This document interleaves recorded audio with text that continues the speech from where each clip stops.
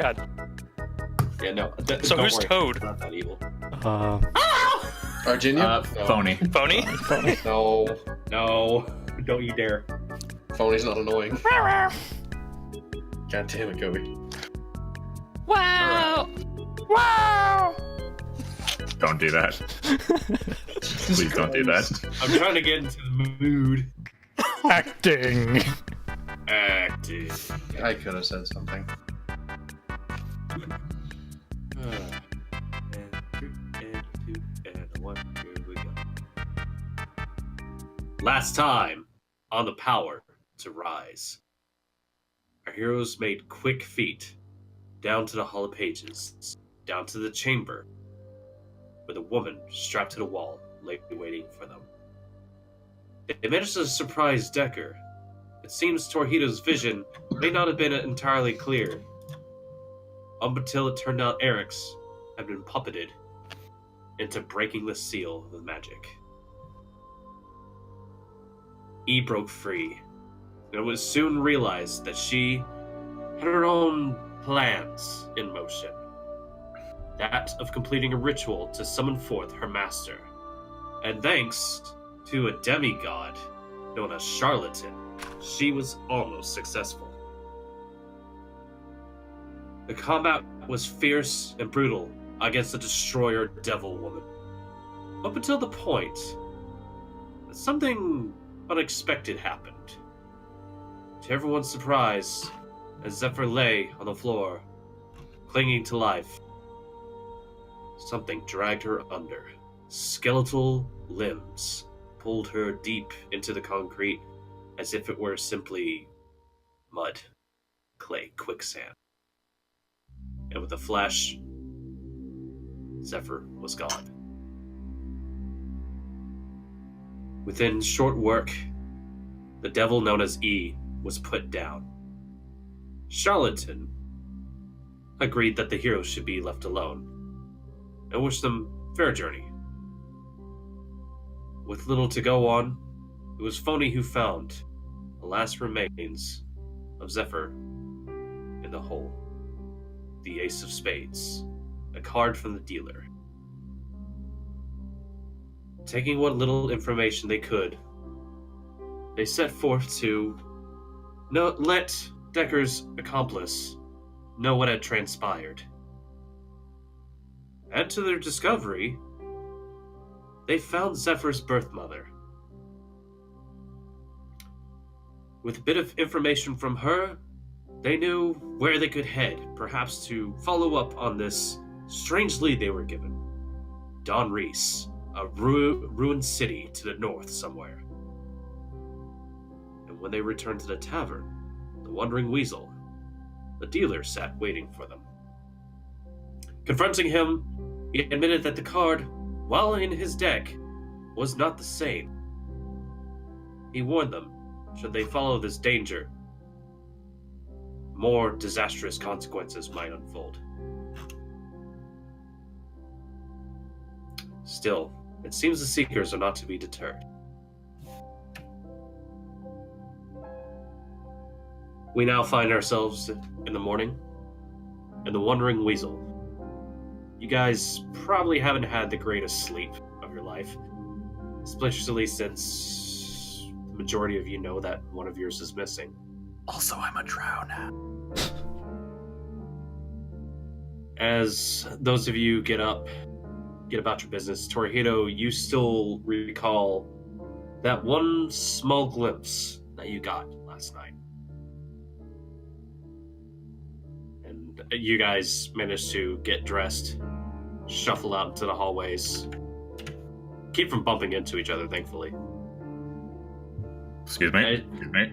As you guys head your way back into the dining hall, Thomas is there very quietly wiping down the bar. He's not making any sort of movements to try to cheerfully greet you all. It seems the news had passed over to him as well.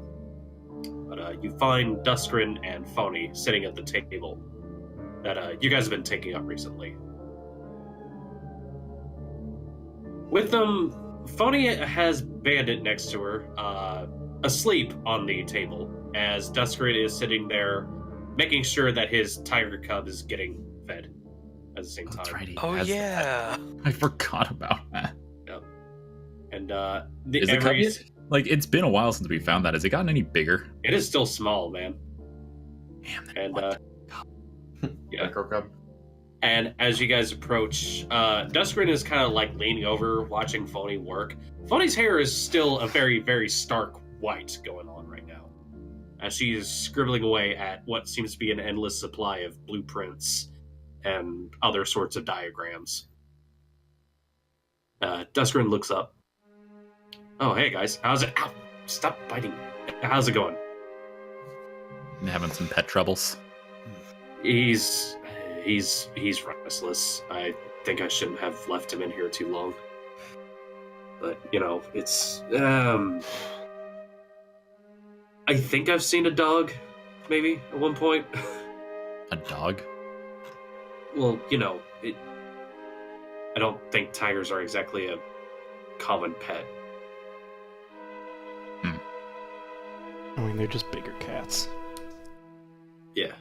I guess so. Is it? Just looks over and just keeps himself quiet. Is that coming with us to the north? Well, I talked with he points over towards the barkeep. He said he's going to be closing up soon, and unfortunately I don't really have anywhere to keep around. Dex is busy all the time, too. It might be good to bring it out of the city. Ignoring the danger, it'll be good for it to have somewhere to run around. Yeah, that's a good point. He turns and looks down towards your goblin companion. She's still scribbling away at something.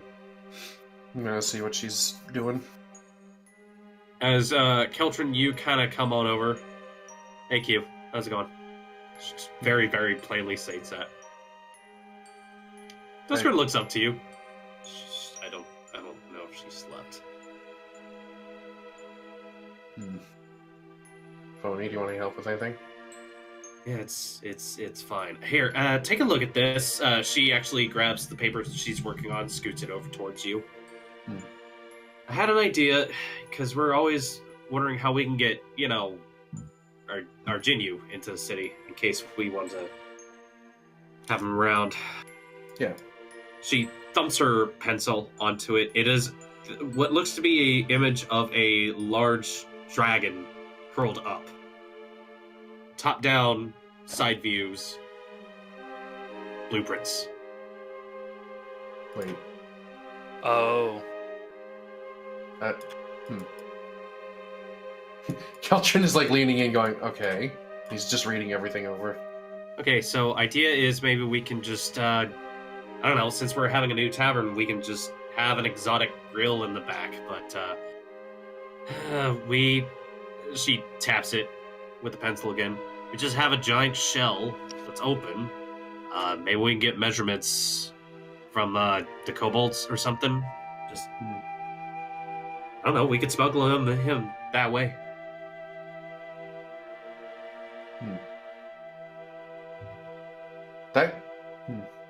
Qeltrin's like, okay, that's something I hadn't considered. I was thinking of, like, you know, maybe finding a way of teleporting him in, but that could work. Yeah, I mean, for now, like, there's one physical way. That's just an idea. I don't know. Well, we'd have to, obviously, Okay, well, we could try that. It's a bit dangerous, and we'd have to convince him to somehow stay absolutely still. Past that, the only thing I can think of would be, you know, once we get him to where we need him, throw a tarp over, and hope that no one looks under it while we have him change back. Really? Question A mark? tarp is your best idea. Hey, do you have an idea? They have... This is trying to get a full-blown dragon in a city. Yeah, they have anti-magic at the gates. I mean, as much as we have, you know, Dex's. No offense to your brother, Duskrin. As much as we have him, there's... I don't know how much we want him to know, so... I mean, I don't know. I think Maybe on our travels we'll find something that allows for teleportation. I don't know. That's the only thing I can think of. Is there any other way into the city that isn't a gate? There's the water, but that's obviously being watched all the time. And it probably has stuff below the surface that we can't see that would prevent, entry without being notified. What I might have about- to. I might have to ask around later. I find it hard to believe that a city this big doesn't have anything slipping through the cracks. Well, we found a crack in Southgate, remember? Yeah, the underground river. Exactly. Can't be the only one. It's just something to think about. Um, It'll all be moot when we're out anyway. I might ask my brother. Seeing as he runs the Thieves Guild here, he might know a few ways in. Exactly. But, from the looks you guys give me whenever I ask, it's probably best we don't let him know what we're Trying to trying to smuggle. smuggle in. Yeah. I think dragon trafficking is exactly a high commodity. And even if we didn't tell him that, What would we tell him? what is the play there? We're trying to get someone into the city. Who? A person. I mean, the best we could call him is a scholar. I mean, the only option I could think of that would even come Well, remotely close actually- to it is the Actually, anti-magic. we. Sorry. It's just the case that the city is still being locked down. Smuggling a person in isn't that far-fetched. The only option I could think of would be the reason we would need the anti-magic field to be down is because he has to control his magical powers. I mean, I'm a similar case, but not necessarily the same. Short bursts of anti-magic don't affect me that bad, but for someone like Arch, for Arch, it would probably be more catastrophic. The problem with anti-magic is breaking his disguise, not controlling his powers. Yeah. I'm more using that as a front, though. Life support? Pony points up. Then he would have to play up being frail. Yeah. I mean, that'd probably be more believable. Have you seen Arginu's acting? Yeah. Hey, I wouldn't have to worry about that if I had him look like an old man. I He'd still just- don't he'd just trust be him to. crotchety No. at that point. I still don't trust him to act the part. Mm-mm. I think Anyway. I think smuggling's gonna be our best chance if it comes to it. In any case, this is a problem for people smarter than me. I need to go talk to Graves. Pony nods and takes a paper. I'm gonna send this off to my manufacturing boys and see if they can get some mock-ups. They'll probably head down to the farm and work with. Oh, like Thori's over there now, right? I think so. I haven't heard from him in a while, but probably. Hand it off to him. Hand it off to kobolds, and well, or maybe yeah. I have a Bob feeling was down now. Arginu's going to hate this idea. Yeah, well, if he wants what If he wants in, is he going has on. to do it. Yeah. I wish we could find a way that wouldn't restrict his access so much. Maybe. I know teleportation magic is a thing, but it's something I'd have to look up on, see what we can figure out. I'm thinking, my thought is, if we had a decent enough supply of Swithril, we could hide a small portal away or something and link it outside of the city. That's It'd be not a bad bit more idea. costly, but it would be a more secure way of getting him in and out. The only downside is we would have to make it so only he and maybe us could access it, because if anyone else gained access to that, we're in a huge slew of trouble for that. Like, more so than just getting him in. Yeah, good point. Okay, If I well, had a bit more training, I'm sure I could do something. When you're doing your whole time stop thing, just curious, do certain things become completely solid, like water? I have so many questions about this, I don't but that's know. one of them. Never tried it? No. do you not like water? Torihito? I mean, I don't dislike it. I just never tried it. Qeltrin would probably just go over and grab 2 glasses and, have one with water and just, start pouring it into the other and go, see what happens. Just pour it into the other glass. Alright. Torihito, as you time stop, very, very awkwardly sink your fingers into this glass. It still feels very much like water. There is a difference in the resistance. Oh god, I just realized that when he pulls his finger back, there's still a divot where his finger was. Yeah, as you kind of poke in, it feels a little bit like maybe slime. Some of it still kind of very briefly clings to your fingers, but it is awkward as fuck. You may not want to do this around water. Just shake my... No. Well, I had an idea. Okay, well, I had an idea with that, but if... Are you gonna have Torihito sneak him in over the water? I mean, it would... If it's not anti-magic out there, it would work. Actually, it might be easier that way. Phony just pipes up. She goes, Well, we would have to charter a boat to go around, and we'd have to find out if there is an anti-magic field, so... yeah. There are sea gates out there. There are gatewatch boats out there, too. It's not exactly open waters, especially now. True. But if... Well, it is Torihito, he's quick. He can go from one point to another, and no one would leave a fucking notice, so... I can't travel could be long possible, distances. Best I could go is maybe from here and I point to the other side of the room. Thereabouts. Well, it was an idea. Anyway. It's maybe all for naught anyways. I'll make sure to get these blueprints sent off at the very least. Something to worry about for later. We have more pressing matters, don't we? Yeah. Finn finishes his food and stands up. I'm going to Graves. Who's coming with? Yeah. Phony hops up. Dusker nods as well. Alright. Guess we'll make a fucking field trip out of it. Mm-hmm. Now, where was his office again?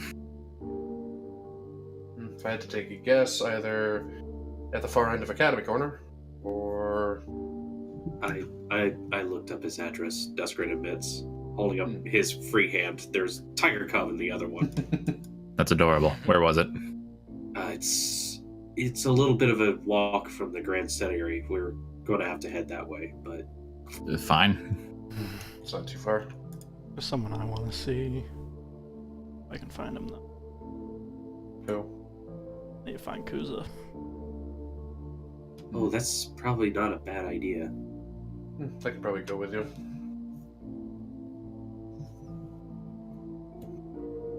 All right. Come on, Gambul. Yeah, I don't know who to go with. I don't really care. Just go with Gambul doesn't really have anything. I'm imagining... I'm imagining just watching Gambul, and he's looking between the two groups that are about to leave, and Qeltrin would just point at Finn and go go with him. Yeah, go. Hi, come on. Fine. We'll meet up with you guys. Are we leaving today? Dex say? Unless something comes up. I would really Actually, like to leave as soon as possible. When Dex's has things ready, he mentioned he was going to make a lot of preparations on our behalf. And speak of the devil as the door opens up. Hey, there you guys are. I'm reaching for the doorknob as he does. It's like, oh fuck. Yeah. Jeez. Okay. Hey. So, you guys look great. That's Get a to lie. the point. Yeah, it is. Anyways, listen, so I had to go pull some strings, had to ask for some favors, I had to get some stuff. You guys can come on outside, it's fine. We'll walk and talk, I suppose. Yeah. Hood up as I go, So, real quick, I actually do want to introduce you to, I got you a driver. Hey, over here! This is them. As a man turns and takes a few steps towards you guys. Alright, so where are you Oh, it's you guys. I do again. The very familiar face of Macam with his giant broom bristled. Macam, we have got to stop meeting like this. Oh, yeah. I mean, it could Small be world, worse. though, huh? Well, Yeah. thankfully, I do This is have something the to know. work papers to get here. So, you're the lot that Mr. Dexus needs help with. Yep. Yep. I assume you're on board. So I guess it's you folks, absolutely. Although I would like to talk further business after this. Very well. Certainly. Sure. Good to see you again. Yes, excellent to see you again as well. He actually extends his hand to shake with you guys. Shake. Yeah. And Yeah, we have a few last minute things to wrap up in town, but we want to be out of here as soon as possible. yeah, looks like you're also one person less. Where's the That's why we're going. We're gonna go get her. Well then, I guess we might want to get down to brass tacks then. He Mhm. actually reaches into his pocket, pulls out like a small little flip pad. Mm. Alright, well, first things first, I actually had to get my days paid out by Mr. Dexus over here. And we need some supplies. Namely, wagon, animals, that sort of thing. Mm-hmm. Do they sell those near the gates? Oh, they do. I will gladly take care of that, but I am going to need some cash for it. If you're wanting good transportation. How much? A I could fork up the expense. yeah, Oh, that's right. You have champ money. Avon has a cart. And he actually just says, it's probably going to be all over at this sort of preparation times if you're trying to leave quickly. I assume you're leaving quickly. You're adventurers. Very. Someday today, preferably. I want to say 500 gold. And that is... Wealth level 3. Yeah, I could fork that up. Yeah. I mean, I'll help so that way it doesn't Reach nuke into your my- expenses. Mini bag of holding. Just start like shoveling out money, like. You see, Qeltrin's gonna help because he doesn't want Torihito spending all of his goddamn money. That's fair. And yeah, basically he holds out a small sack and collects the gold for that. Nice. This is some talking around money. Now, second, where do you folks want to be leaving out of? Northgate. Northgate. Northgate will work. It's gonna be the closest to where we have to head. We're going north. I was going to point out the Swift Rail station, perhaps back to Devon's, but that's probably best we leave by Northgate anyways. The most direct line is the straight one. Plus, we can drop off a flag by Northgate. As long as it's well, depending. There's but yeah. also that I'd like to speak with you folks about, but that's for later. Okay. Alright. Alright. Next, we're going to need some supplies. I'm pretty sure you folks wouldn't mind pitching in just a bit more coin. Not that I much, can- though. I can put toward that. All right. Yeah, you guys easily managed to cover some funds. He's, like, just rattling down a list of things. Just rattling out laughing. numbers, and I'm just slowly Yeah. taking out more and more, like, pouches of coin. I'm just imagining you Basically- hold the small bag upside down, and then he's looking at like, okay, what the fuck is this? All of a sudden, just a rain cloud of fucking gold. Just okay. Torihito, at this point, you're just ketchup bottling the coin into his copper. And, was there anything else you folks might need? What size wagon are we going to need, actually? Let's see. It's Suppose going just to be enough for the fo- us and The, supplies. the four it's the four main of us, Phony, Duskgrin, 2 small animals, and we're gonna be and ideally we'll be coming back with 1 extra. Graves. That's Yeah, we may need to talk to Graves before we find out how big of a wagon. Just go for a size larger than what we You're going to are go see the guessing. dead man. All right. You do know where we're going, He takes a huff breath. No, I don't. Texas. Texas. They're headed to Don Reese. Huh. That's a bit of a distance. All right then. Well, at least I know the course. I like how size. Torihito and I just Texas. He kind of runs down the numbers, everything like that. What's the size of the cart you're asking for? He looks back at you, Torihito. How much more of that champ money do you have? How In order big are we to- talking? In order to fund this expedition, he's run down the numbers. It's going to cost wealth level 4. I can With, spend that. I mean, between all the of us, commodities I that think you we need. can- Being Yeah, I can space go. for people, good horses to pull, supplies for the road, and a decent enough wagon that's not going to fall apart on you guys. I mean, I'm pretty sure between all of us we can Put it pitch all in down. and afford that, so that way we're not nuking everyone's expenses right away. That's So fair, we can at yeah. least grab a few health potions. And I'm still stacked on health potions. I Yeah, need some. I have 3. I have He 11. basically Jesus. I have none. The You fuck? want to share some wealth, Kobe? He's doing that now. So, Malcolm kind of nods as he whips up this duffel bag. I have poison. These are anti-health potions. He kind of smiles at a lot of you. Right then, I'll head for North Gate and make sure I can get us some of the meanest, toughest horses we can get. And the biggest, baddest wagon, perhaps. Okay, maybe not the biggest, baddest. We don't want to give any orcs envy, now, do we? We'll meet up in Northgate then. We take care of business. Hi, I can meet you at North Gate. Sounds good then. Alright, let's head out and get what we need done and go over to Northgate. And pleasure seeing you folks again. You as well. And I'm glad to know I will be in good hands. Likewise. He slings the bag over his shoulder. He heads over towards the street, looks left, right. Taxi! You see this guy like whip up with a rickshaw. Northgate, now. And here's a little extra for you. Guy looks at the coin in his hand. Riding out the boss! Just But, like, fucking Finn- smoke on the road. Finn turns around and looks at everyone else. Wait, this place has taxis? Now that was Rickshaws. one of my guys. Dexa speaks up. He just didn't even bother to ask. Oh well. Well, I suppose we should charter one too if we're going south. True. Yeah. Let me get one of my guys on the horn. He actually pulls out a animal's horn and blows into it. You know, I wanted to guess he was going to do that, but then this just happened. So you know There's what? no sound, but off in the distance you can hear dogs howling. Oh. Do I hear just give it a that? few. Roll a perception. Wait. Oh no! I'm half tempted to also roll, but you know what? You're Oh my God. you're Yeah, the tiger cub Stop. in Duskrid's arms is like freaking out, and Bandit wakes up like, "What's going on?" Stop the whistle! Just stop! Oh, Jesus. Sorry. Finn just looks around like, fuck.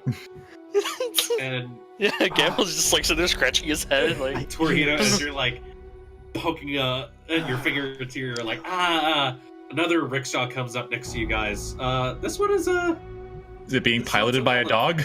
no, it's being piloted by a felon Oh.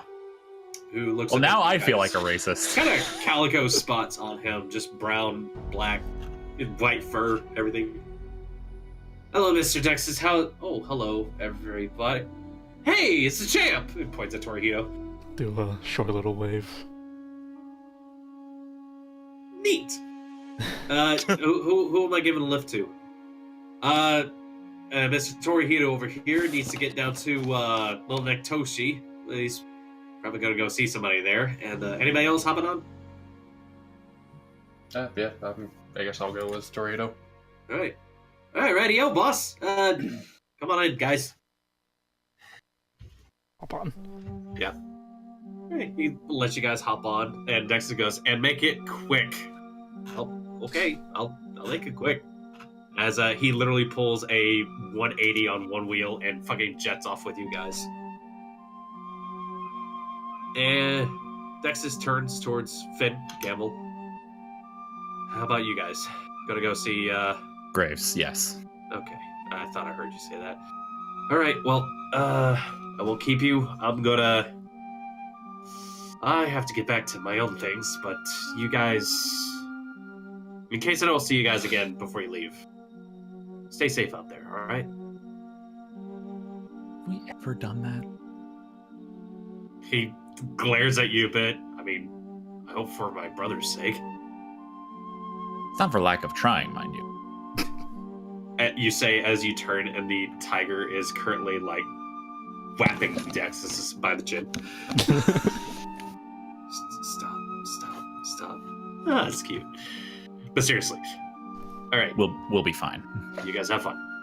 Hello. After that, he basically heads down an alleyway and disappears. Right. So, Duskgrin, you had the address. Yeah, I got it. He holds out a scrap of paper to you guys. I'll just nab it just in case. Yep. Read it. Where am I going? It's definitely nearby in the Academy corner, a little bit further west than you guys have been. So, And now that I've been properly informed on what the scale of this map looks like, we should probably also get a taxi. yep, you guys managed to hail down a taxi. Thankfully it's pretty easy. Phony throws some coin at the driver. You guys managed to take off. Just throws it out like it just puts a funny image in my head. Just Like tries to get it through the window. Some of it falls on the floor. She tries again. The rickshaw pulls up. The guy like pulls off his hat to like say something. Phony just throws coin into the hat. Okay. And you guys take off as well. Yep. Torihito, Qeltrin, as you guys We- literally fucking supersonic your way down to Little Nektoshi, you finally stop breaking the sound barrier as you reach the district lines, and the architecture kind of comes into play. It's strange again seeing this, Torihito. Just you could have sworn you're clear-cut line. almost back at home. Yeah. All right. So I'll ask the driver. Tell me, you know Kuza? Oh yeah, everybody knows him. He's kind of like, kind of Celebrity. mayor, I guess you could say. Also, he's a little bit of a celebrity. He's not exactly mayor. He just helps everybody out. So, Big guy. Well, I need to find him. So all right, and he takes off at a very, very moderate pace this time instead of literally Instead of breakneck. Yeah. And as you guys kind of curve around the corners, keep on going down. Torihito, everything. It's again, it's bizarre just to see people just kind of like they wave at the taxi driver and then just kind of like eyeball you for a second. Although they seem to be staring at Qeltrin more, just being in this area. Does Qeltrin notice this? Yeah, it's kind of plain as day. Like you're used to people kind of like staring at you, but you notice that like they're kind of like looking at you a little bit more, just along the lines of, I feel like I should change. outsider. This is awkward. You'll be Yeah, fine. but you're thankfully not entirely out of your element. It must be due to the fact that you're a dragonborn, because as you kind of like look around, there's a few goblins meandering around here and there, a couple dwarves. There's actually some rat folk as well. Well, mouse Maybe. people. Oh, okay. Sorry, you said rat people, and I'm just immediately thinking of. Yeah, reference I to- apologize. no. I had to clarify. Well, there were people in Undertown, weren't there? Yeah. And Don't worry about the looks. We've always been wary of outsiders. the area is loud, noisy. There's a lot of people just doing all sorts of things. People leaning outside like their windows, looking down around everything going on. The place is crowded. Kids are playing in the streets. But one of the things that really gets to you, Qeltrin, is the smell of food. As you guys pass on down the road, there are like 15 different street vendors of just different sort of things. Torihito, you can easily recognize the majority of them. There's fried squid, there is dumplings, there is Pork rice, buns. there's a guy slinging pork buns somewhere, and I'm literally just imagining Qeltrin's like looking and going, "Man, we just ate, but fuck could I eat?" and I would like another perception check from you guys as you're passing by these vendor carts. Sight or smell? Both actually. I'll just roll for looking around then. But yeah, Torihito, you definitely notice this. Qeltrin, not so much. DC for looking around is a little, but Torihito, you definitely smell it. Something smells disastrously good. Disastrously. Something smells like that day that you had to go fight a woman who would punch people into the dirt. As you kind of like you lock on target with this one vendor cart as you're kind of passing by, and there's quite a few people ordering food from it. Qeltrin, as you kind of like notice Torihito's gaze Full-on off of this one thing. You look in the back, like this guy is clearly slinging all this stuff. He actually brings out what looks to be a lion's leg and just slaps it onto the side. It's de-skinned, everything along those lines, as he starts whittling off pieces to throw on the fryer. Sorry, I know I'm not there right now, but when you say a lion leg, does it look like it was originally part of a wheel? That's what I'm wondering. Probably. Yeah, Torihito, you begin to salivate maybe a little bit. Shake my Fuck, this snap out of food the smells- food enticement. This food smells amazing. It actually really does. Man, it'd be great if it was like countrified or something like that. But as you guys kind of pass on by, eventually, Torihito, Qeltrin, you make it to what looks to be the like one of the crossroads, and he kind of stops. All right, well, if you're looking for Kuza, he should be. That's his house. Okay. He points across. Torihito, is a very, very traditional style house from back where you lived. Although it kind of resembles, as well, the entrance almost resembles a dojo. Oh god, they're eating Kuza outside. Sorry. And Wow. as you look up at it, yep, it definitely has his name plastered all over the damn thing. Just a big sign out front. Thanks. Oh, I forget. Did Dexus pay the driver? Yes, he already paid the driver. Oh, okay. Well, I'll give him a little extra. Oh, thanks, champ. As he kind of puts it back on his head. You know, we were actually kind of sad when we heard that Kuza didn't win it this year, but we found out it was another one of us. So hey, Hey! Those all respect, works out. Knuckles. And he bows to you as well, Qeltrin. Qeltrin would try to return the favor.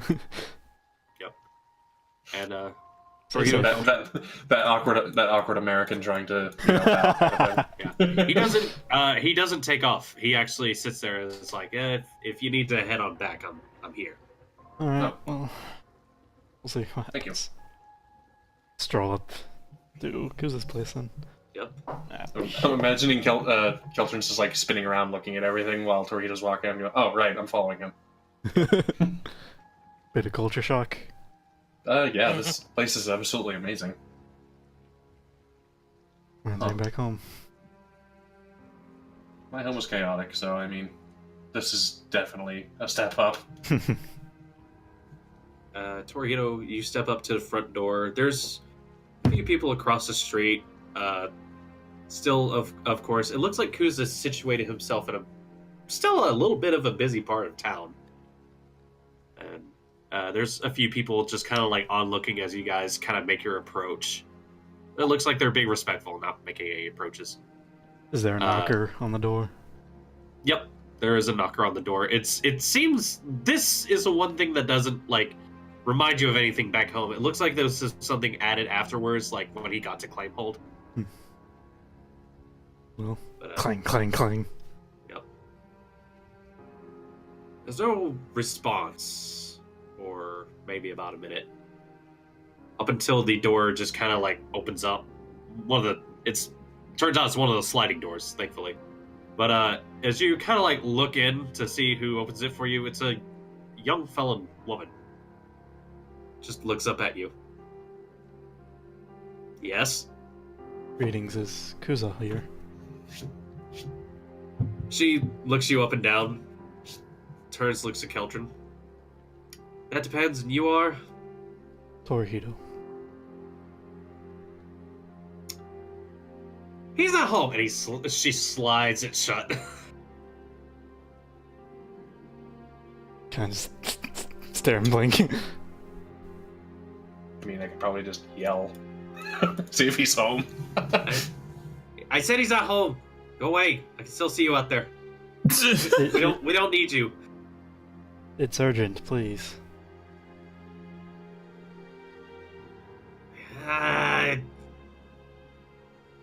This door slides back open. She just looks annoyed. Fine. Come on in. You. She points at Qeltrin. Take your shoes off. Yeah, Torihito, you're like, oh, right. she doesn't even like need to tell you anything. It's just Qeltrin would probably see where Torihito leaves his and put it just next to his. I don't wear shoes. Oh, that's cute.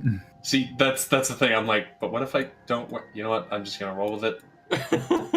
she doesn't even look to see if you are wearing shoes. She just like jabs her She finger at you and assumes. says, Don't be wearing shoes. and she kind of like just turns and leads you back in. I'll see if he's around. Thank you. Yep. And she just heads off without waiting for you guys inwards. But Torihito, due to your knowledge of like old home styles, you kind of know where like a receiving room would be. You lead Qeltrin that way. Inside, there's another woman sitting down, just in the center of the room. A cup of tea in her hand. It's a white tiger woman, from the looks of it. I'll say hello with a courteous bow. She smiles and bows for her position.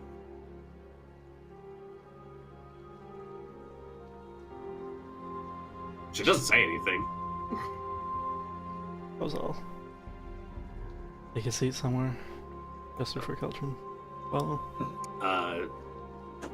Qeltrin, there are no real benches or seats or anything.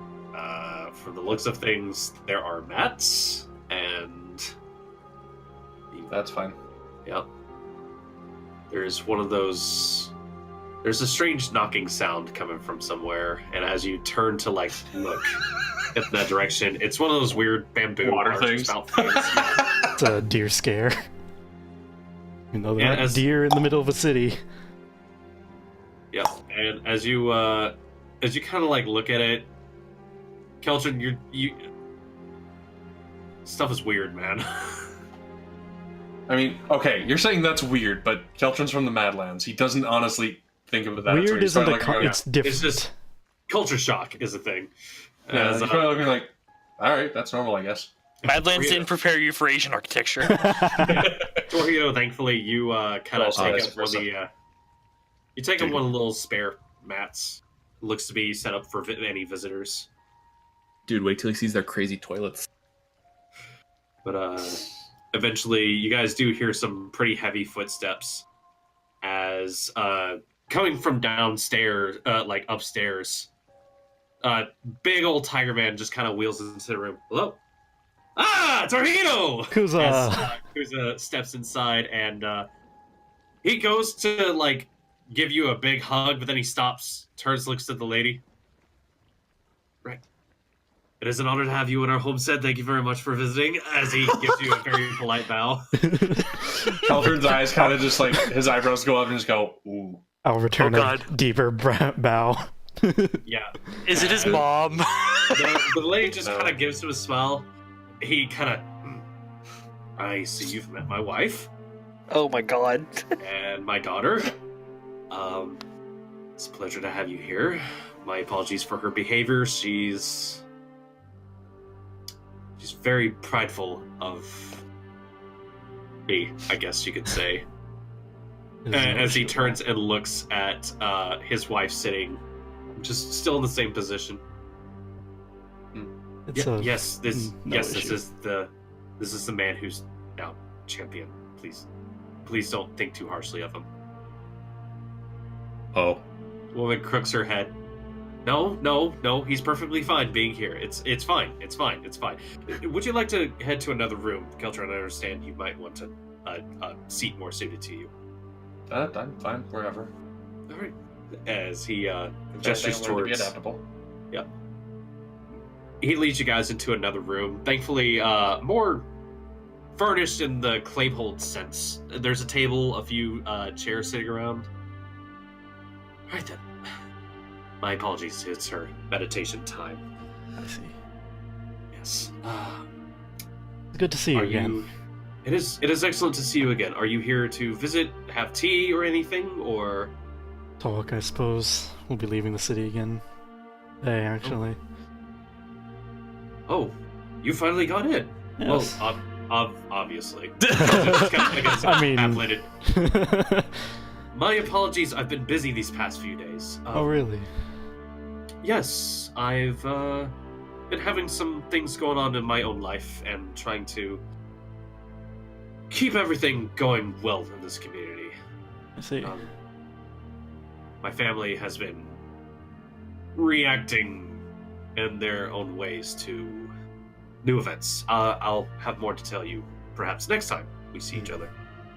Well, we are hopefully establishing a place of permanent residence up near Academy Excellent. Corner.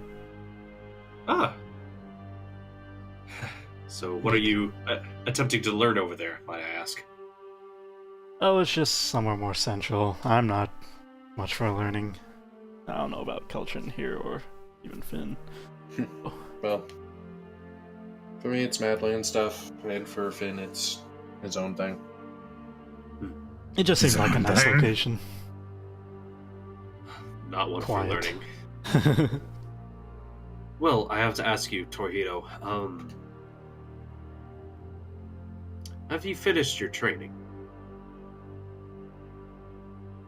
I did what I could. Of course, you know what happened. All things considered. Yes, I understand that you had to leave home. Well, then, I still recall the wall. How everything went down. If you're interested, he kind of like steeples his fingers together. I'd be willing to maybe help you further train. Should you have the time, interest, that sort of thing. Well, if you're offering, I'd sure appreciate it. He just kind of gives a smile. Yes, I think you might actually benefit from this out of anyone else here in town, to be honest. He holds up a finger, stands up, heads over to Qeltrin. Looks to be a wardrobe, cabinets and that sort of thing. Although, Torihito, you do notice that he goes towards like a centerpiece that's on display on this furniture.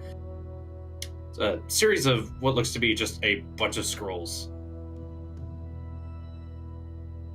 Made sure to bring something with me back from home. These were... Well... He cracks it open, unfurls it in front of you, Torihito. These are instructional diagrams for temporal jutsu. Temporal jutsu. It's a water bending scroll. And, yeah, as you kind of give it a look over, you actually haven't seen this one before. Like, you've definitely have done some reading back in your day of how to do different techniques and everything. Well, I wanted to maybe have myself a little bit of a reminder of back home, so I brought a copy of everything we had written down. Haven't seen these before.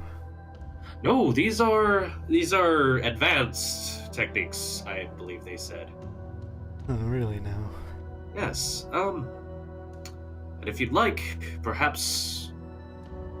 Well, I would say we could learn together, but... I don't think I had enough experience, not like you. He very, very subtly, like, eyes dart over towards Qeltrin. He's fine. Knows enough. Yep. Qeltrin, you can go ahead and make me a perception check while this is going on. Alright.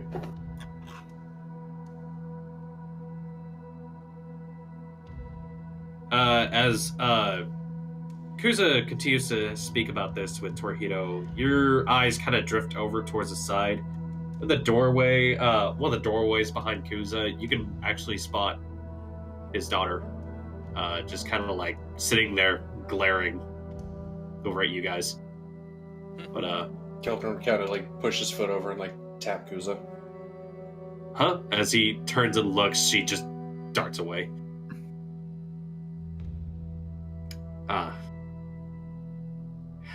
You'll have to forgive her. She's a little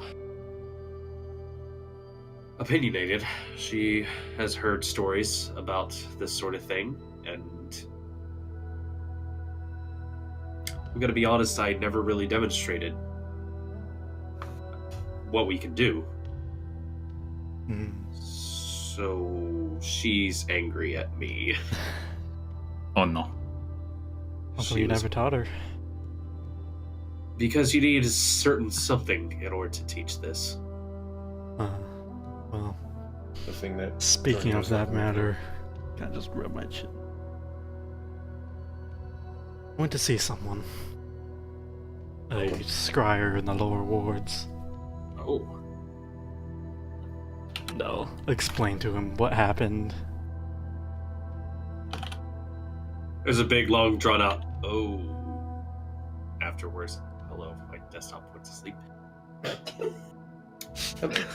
Hello there. Wait, Kuza has a desktop? Wake up, you! It's a mimic now. I still don't know what to make of it. Been troubling me.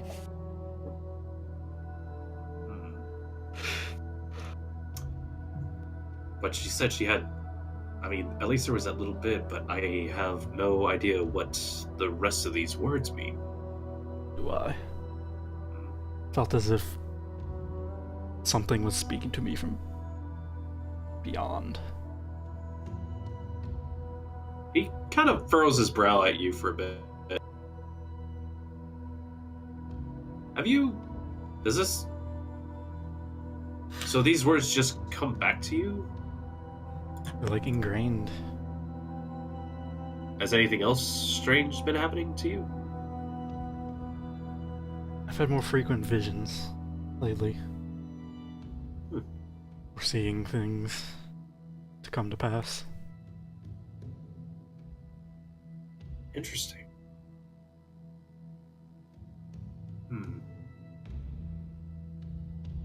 Well, I guess... What is the name of this scryer?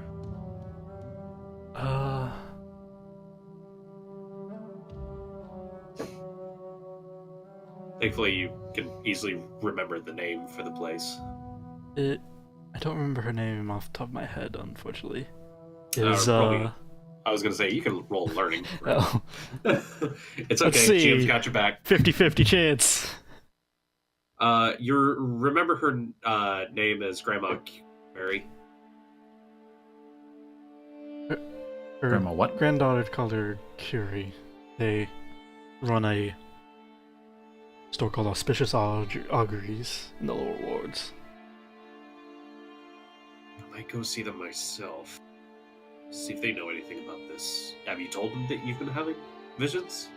No. When these occurrings happened, she didn't remember a thing. She didn't remember it happening. It's like it didn't even happen. I see. Of course, the aftermath of the first time sure happened. Yes, I'd get out of there myself too if I was in your shoes. And the second time, I think Zephyr got drawn in as well.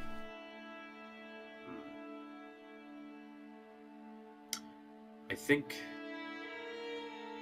I'll have a conversation with her, see if she knows anything about this. Might be wise. For yours. Yes.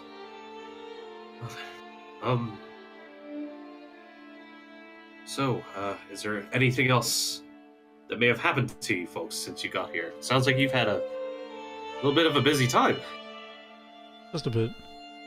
We've each had goals once we entered the city, so we've been trying to work towards them. But I feel like I'm at a dead end with mine, so I'll have to see what happens. We know it's out there somewhere. Yes. Well then.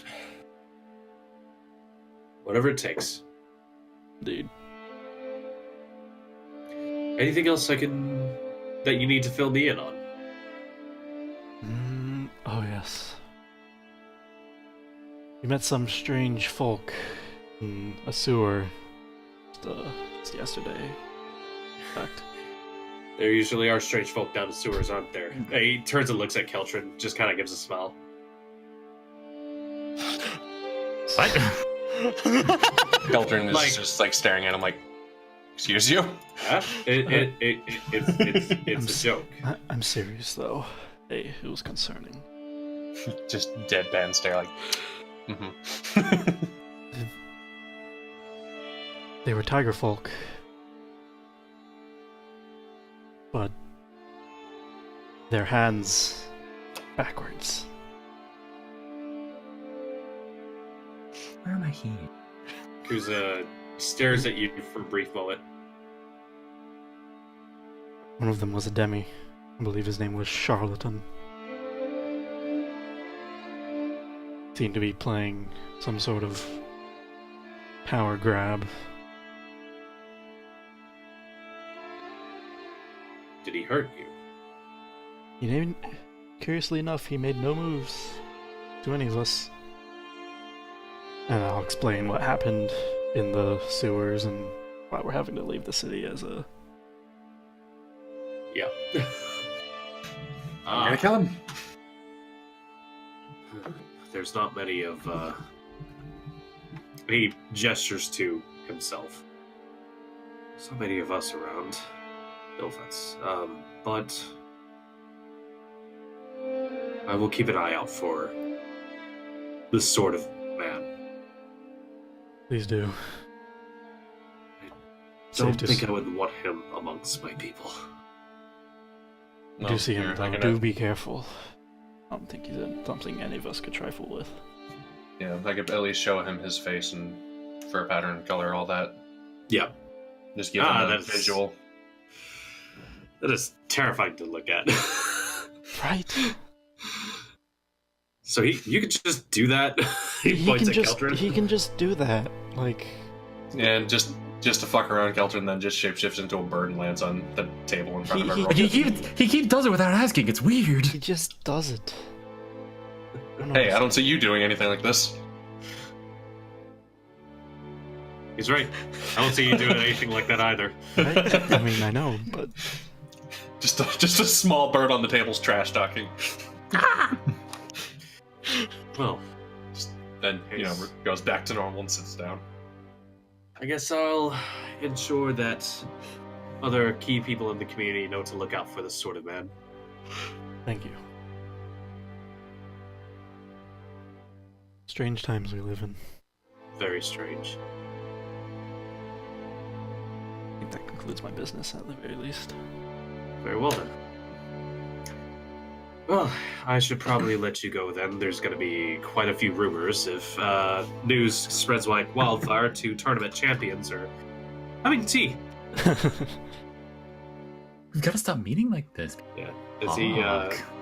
he gives a polite head bow to you, Torihito. I'll return it. Over towards you, Qeltrin, as well. It's a pleasure seeing both of you again. You as well. If your ally is alive out there, give her my regards, I guess. Do our best. Well, we may have found out what her actual name is. Oh, Melody. charming name. As he, We're going to find her. I don't care what it takes. I'm hopeful that you will too. And he, offers one last cup of tea to the two of you. Graciously take it. And when you two do get back, yes, when you two get back, we'll have perhaps more things to discuss. Sounds good. With that, we divert our attention back up north, back to Academy Corner. Finn, Gambul, Phony, and Duskrin find themselves in a rickshaw as it kind of pulls up alongside this one building just sitting out front, just in the middle of all these strangely designed buildings, off in their own little directions. Oh, good. We're in the weird part of town. And the building that sits before you's one level, kind of sitting down squat between a couple of others. Is there an attached graveyard? I feel like there's an attached graveyard. It's probably behind the house if it's there. The windows have the curtains drawn. There's one central door leading up to it. And it very, very plainly states on the side, Undertaker. Yep, that's him. Right, hop out. We already paid the guy. Walk up to the door. Yep. Door opens up. A young man, very, very, very thin, very pale, glasses, blonde, leans his head up. Hello, do you have business? Yes, I would like to speak to Graves. Oh, okay. Very well.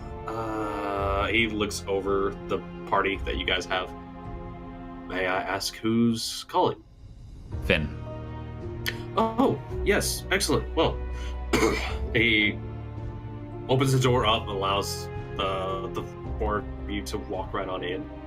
Very well, I'll let him know that you've come and see where he wants to meet you. And as he says that, he leads you inside. It's kind of a nice big sort of like open lobby area.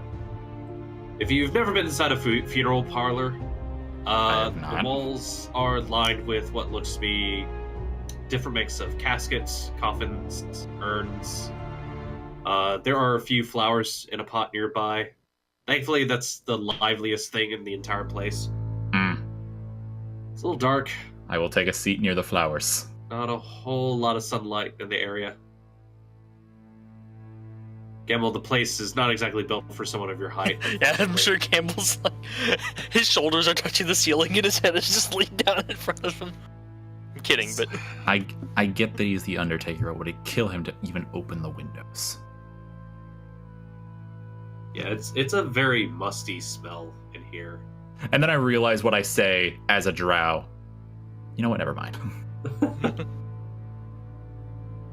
Yeah. You guys sit down for a while. It's quiet. It is very, very quiet in here.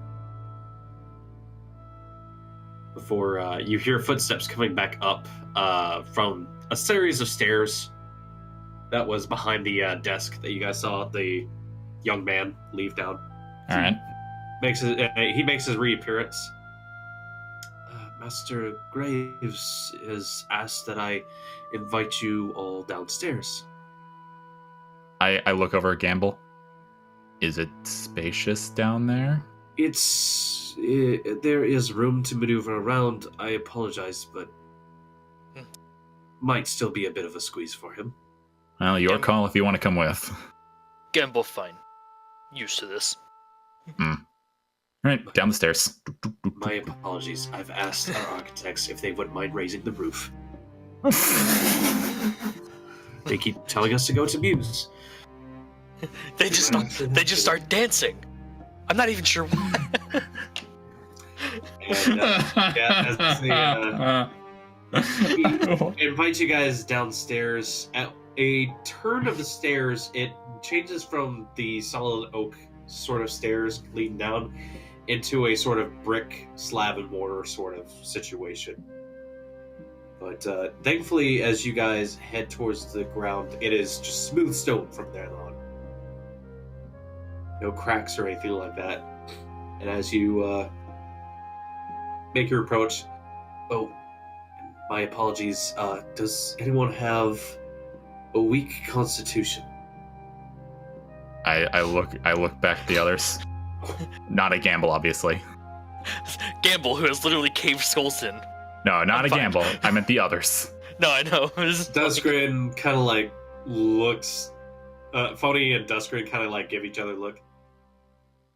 You guys go ahead. Just let us know how it is in there. Yeah. All right.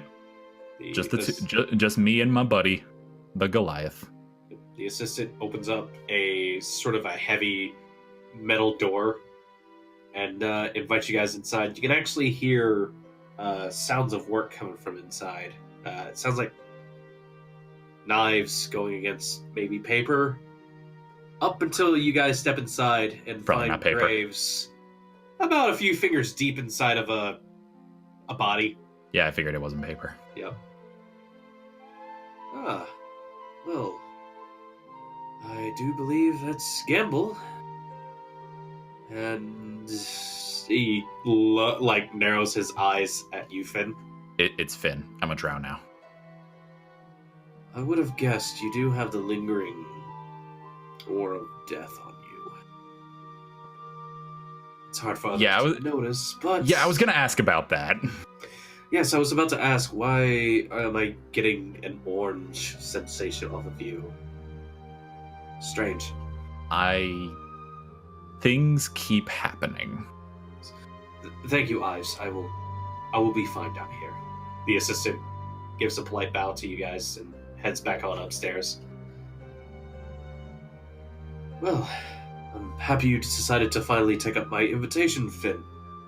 Yeah, I would have come here sooner, but things kept happening. You know, I've done a lot of studies in my days, how best to... He gestures down to the body on the slab. It's some dwarf you guys don't recognize. Had himself quite the party. Unfortunately, decided to see how high he could throw a brick. Gambul stifles some laughter. Upwards, in the middle of the night. Like, I'll just slap Gambul, be like, no, stop. What? Maybe not in front of the corpse. What, is he gonna hear me? I'm sorry. Graves kind of cracks a smile as Gambul snickers. Yes. For some strange reasons, the poisons that we ingest can make us do funny things. Still, though, I will have to let his next kin know. Must be the hardest part of the job. Yes. Now, over. I am glad you stopped by. I was wondering when you'd be interested in the process. The process. Seeing as you are in the trade, I wanted to make sure that you knew how to properly treat your subjects. Right. So what is this going to entail?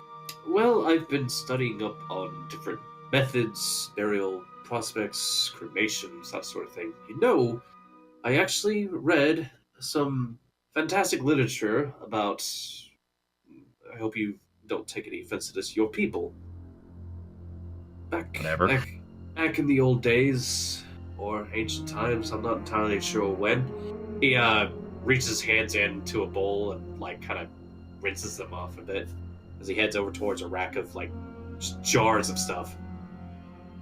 Back long ago, they practiced a particular form of burial. Mummification. Oh, great. Are you familiar that with was this? that kind of thing was typically reserved for people with way more money than I ever had, and their servants.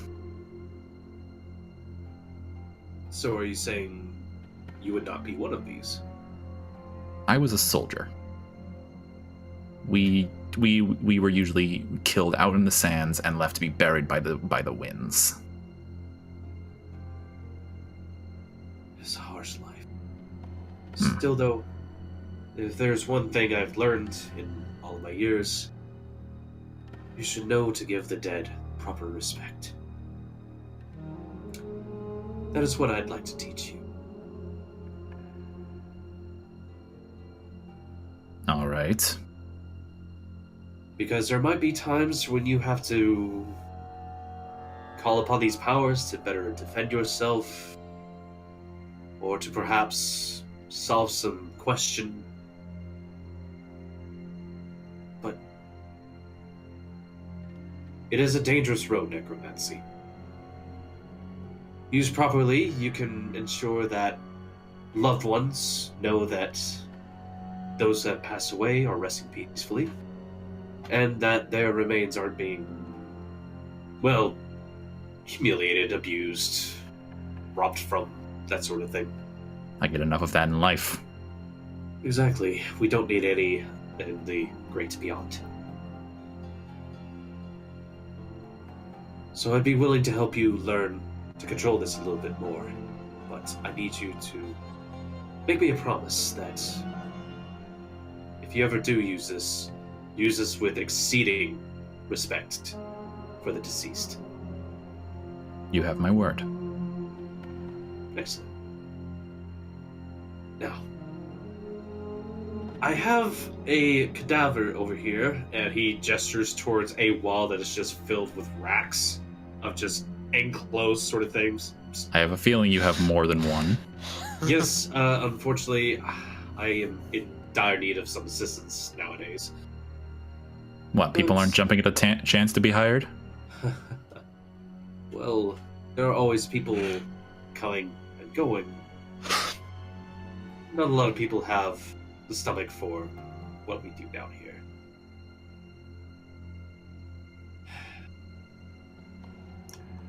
But in the meantime, he walks over towards one of the cabinets, pops it open, slides it on out.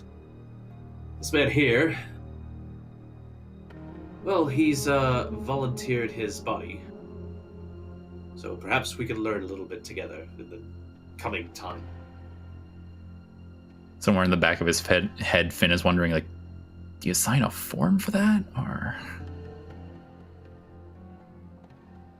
Well, is that like a non-disclosure agreement? oh, this was a criminal. Oh, And unfortunately, his time was well past. His sentence was well past his time.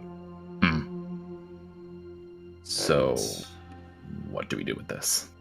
well, we're going to practice mummification. Oh, good. Yes, I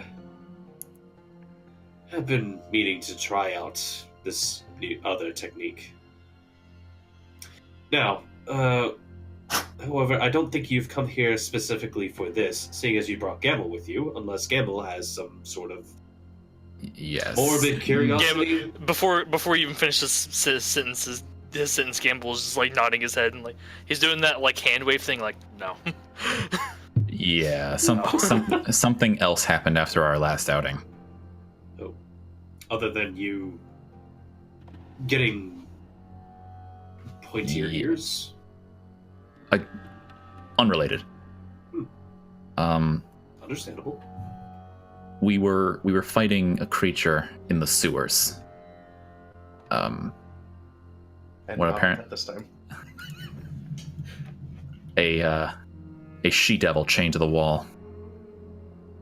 And when the fight was over, Zephyr was taken by skeletal hands grasping at her from the ground, pulled her into the earth. In the sewers. Yes. Describe to me the chamber. I do so in as great a detail as I remember. Yeah, Mentioning- you managed to Like like I mentioned, the columns, the hellfire circle the thing had made on the ground, yeah, the chain area that it was up on the wall, and then I of course described the creature we were fighting. You know, the wings, the evil swords, the death. He kind of nods, but he becomes a little bit more fascinated with the how the room has been made up. Mhm. Solid stonework. Aye. Sounds like one of Muse's little chambers. Probably excess outflows. Sad that it's been converted into such a horrid place. And Zephyr is just gone. Well, we had a lead. What was the name of the place again? Phony, you kind of hear like the door creak a bit as Phony leans her head in. Her eyes are closed. It's, I have the thing here. She holds out the card to you. Yeah, I'll take the card, hand it to the dealer. The dealer. Or Oh, not the to dealer's hand, here now. hand, Oh, hand no, it that's secrets! hand- No. hand- I'll take the card. Hand it to Graves. Yeah. Graves takes the card. This is what you have. That was the only thing left behind. It was in the hole. Yeah, he stares at the face of it. Well, it's certainly lingering with a touch of necromantic energy. He flips it over. Immediately goes silent. That's not good.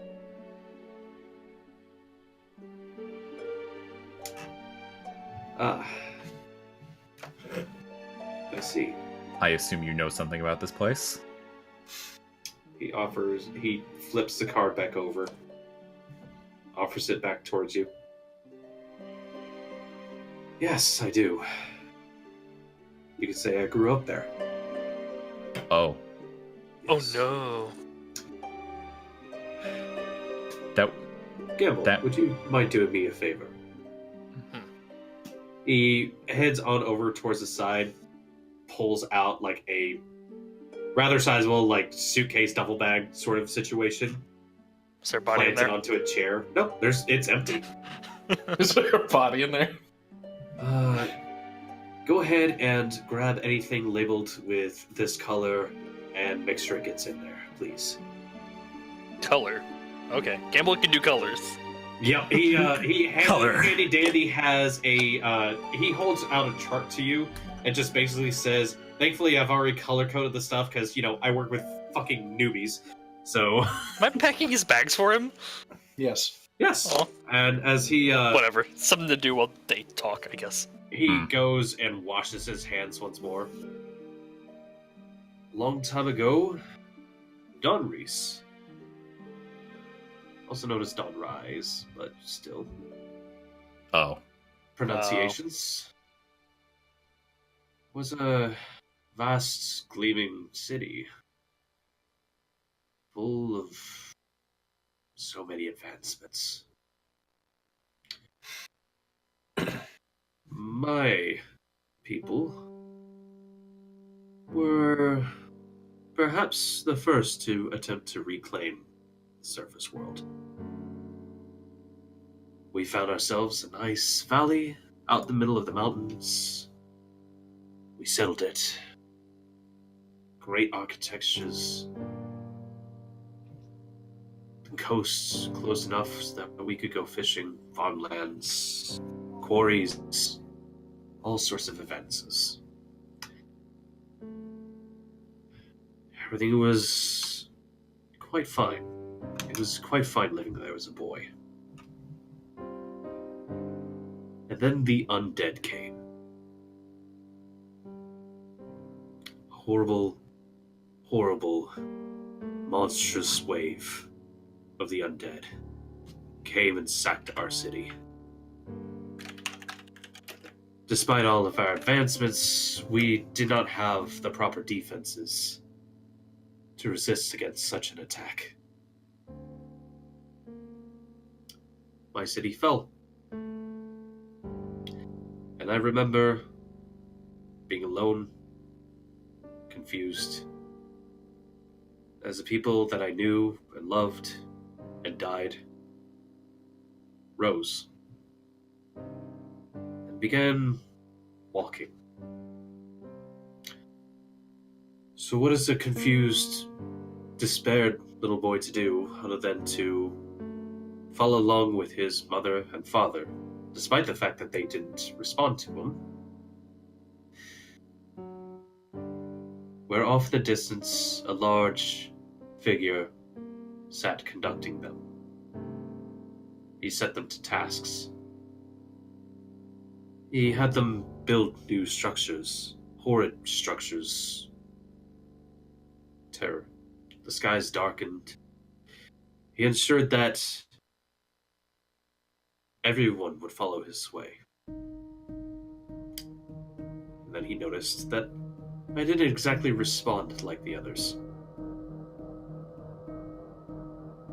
So he dropped this at my feet, and he reaches out towards the side of the brick wall, pulls up his shovel, and he said, "Get to work, boy."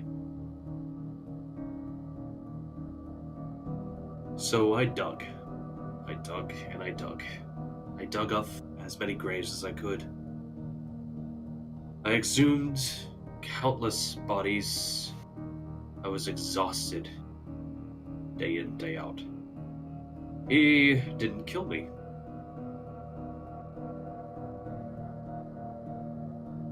That was my job. I tended the graves. What kind of creature was this? A lich. Oh, A horrid, undead monstrosity. Unimaginable power. do you think it still presides over Donris? Do not think it does. Many, many years later, many years, it seemed word had spread around that there was a menace of undead that would plague the roads up in the north. And a band of heroes came one day and did battle with the undead army. And I remember watching as they caught the Lich by surprise and slew him. Then, with some very careful deliberation, I managed to ensure that they found his phylactery as well. But they destroyed that. So, no Lich. No. They left the heroes.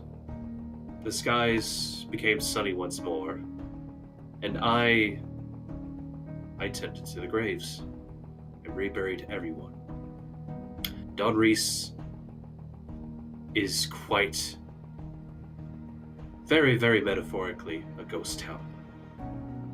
So, what could have happened? Because something is there. Yes. From the feels of it, it seems my old master still has some grasp on this world. In some ways. But he's not known for... He points at the card. It's these strange things. So this is something else. Perhaps. It has been quite some time, but I think it might be best I come with you. We'd be happy to have you. Very well. Then, what is our transportation? We have arranged for a car to take us. Hopefully there's a flat enough surface that I might be able to work upon, then. I'm sure we can clear something out for you. Excellent. If I am to be out, it might be best I have... He gestures to the body that he had pulled out of that one cabinet. Perhaps a bit of personal backup.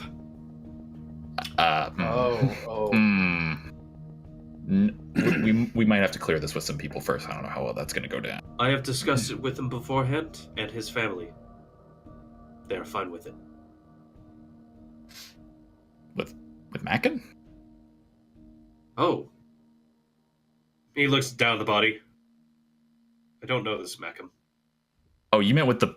Oh my god. Yeah. he is referring to the body's family. Oh my god.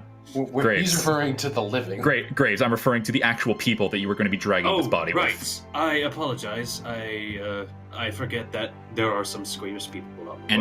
And if you mean personal assistance, there is going to be most of an entire party of adventurers with us. Yes. Exactly. Even then. I was curious. I could show you some things along the way. If you think it's best we leave the body, so be it. I would. If worst comes to worst, I'm sure we can kill something along the way. Very well. As he kind of takes the cadaver and slides it back again.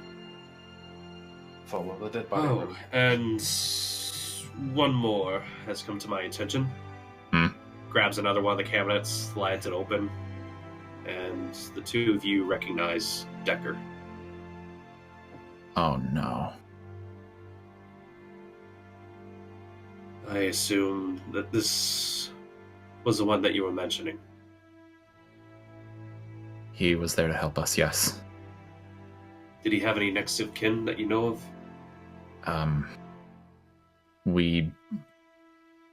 He had mentioned someone before he passed. We already told her what happened. Family? Friend. And I'll mention Lelaine, was it? Mm-hmm. Yeah, I'll mention Lelaine and where she was.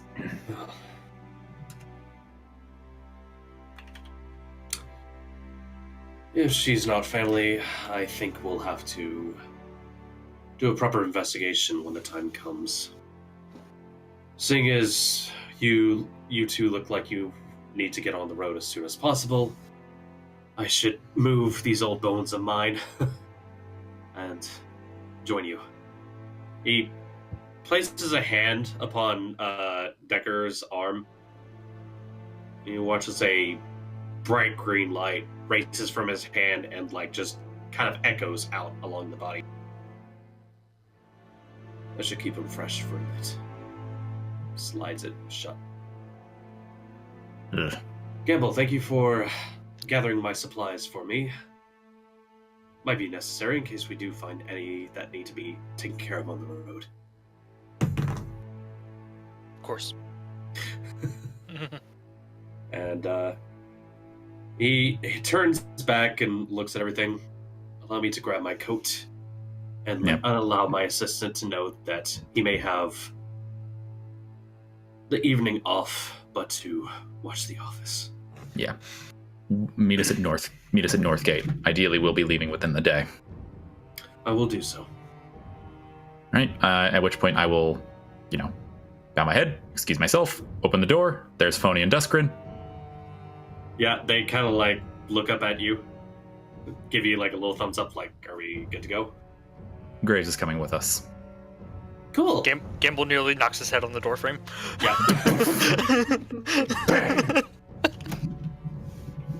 Alright, and as you guys head on upstairs, so he's from Donries?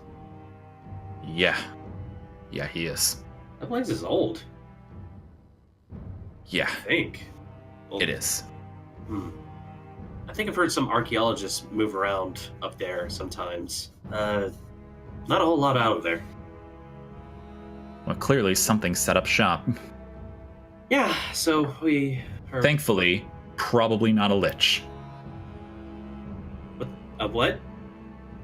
Apparently, what had taken over that town in the first place was a lich.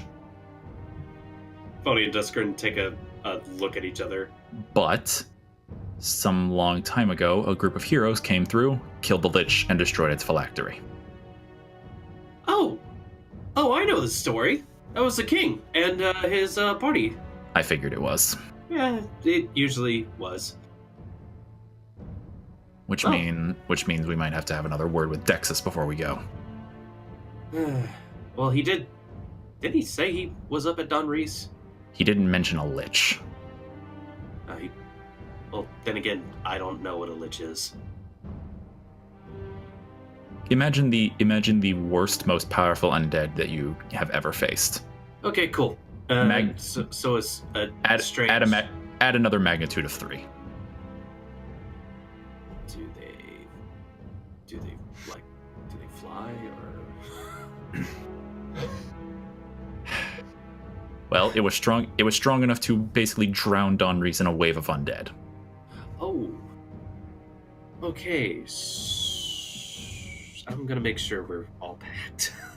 Yeah. Alright, as you guys head on upstairs past the assistant, he gives you all a polite bow as he's scribbling something down on a pad of paper, and you guys head on out the building. And we can go ahead and take a break here. Cheerful. Let me just say the music during Graves' story was perfect. Oh, yeah. This is the first time Amy's been actually hearing the music as well, so... Wow. During the game. Oh, really? Yeah, I usually have to turn it off because for some reason their mic setup is weird. So it's fine. It's more of the it keeps the volume for her kept resetting or something. That's weird. I'll have to show you how to up the guys. Do you guys miss Seth yet? Yes. Yes. I keep thinking like, okay, we're split up, so we're 2 and 3. Wait. Meanwhile, was ever dead. It's like we're missing somebody. So wait, I was like, me and Finn are going to Graves. Torihito and Qeltrin are going to Kuza. We're missing someone. Aww. We sure are. You guys are. She's adamant about this. You guys need to feel her absence. So. Oh, we do. Oh, we do. Every time it's like, all right, we'll split. There's no girls here. I mean, there's Phony. It's not because she's a girl. Oh, I'll be right back. Yeah, we got the token girl, the token furry, the token dragon, And now, and now, recently, the token elf. the token black guy. Is that what I am? We're diversity. Well, wait, hasn't Finn always been a person of color anyway? Yes. Yeah, he was always Arabian.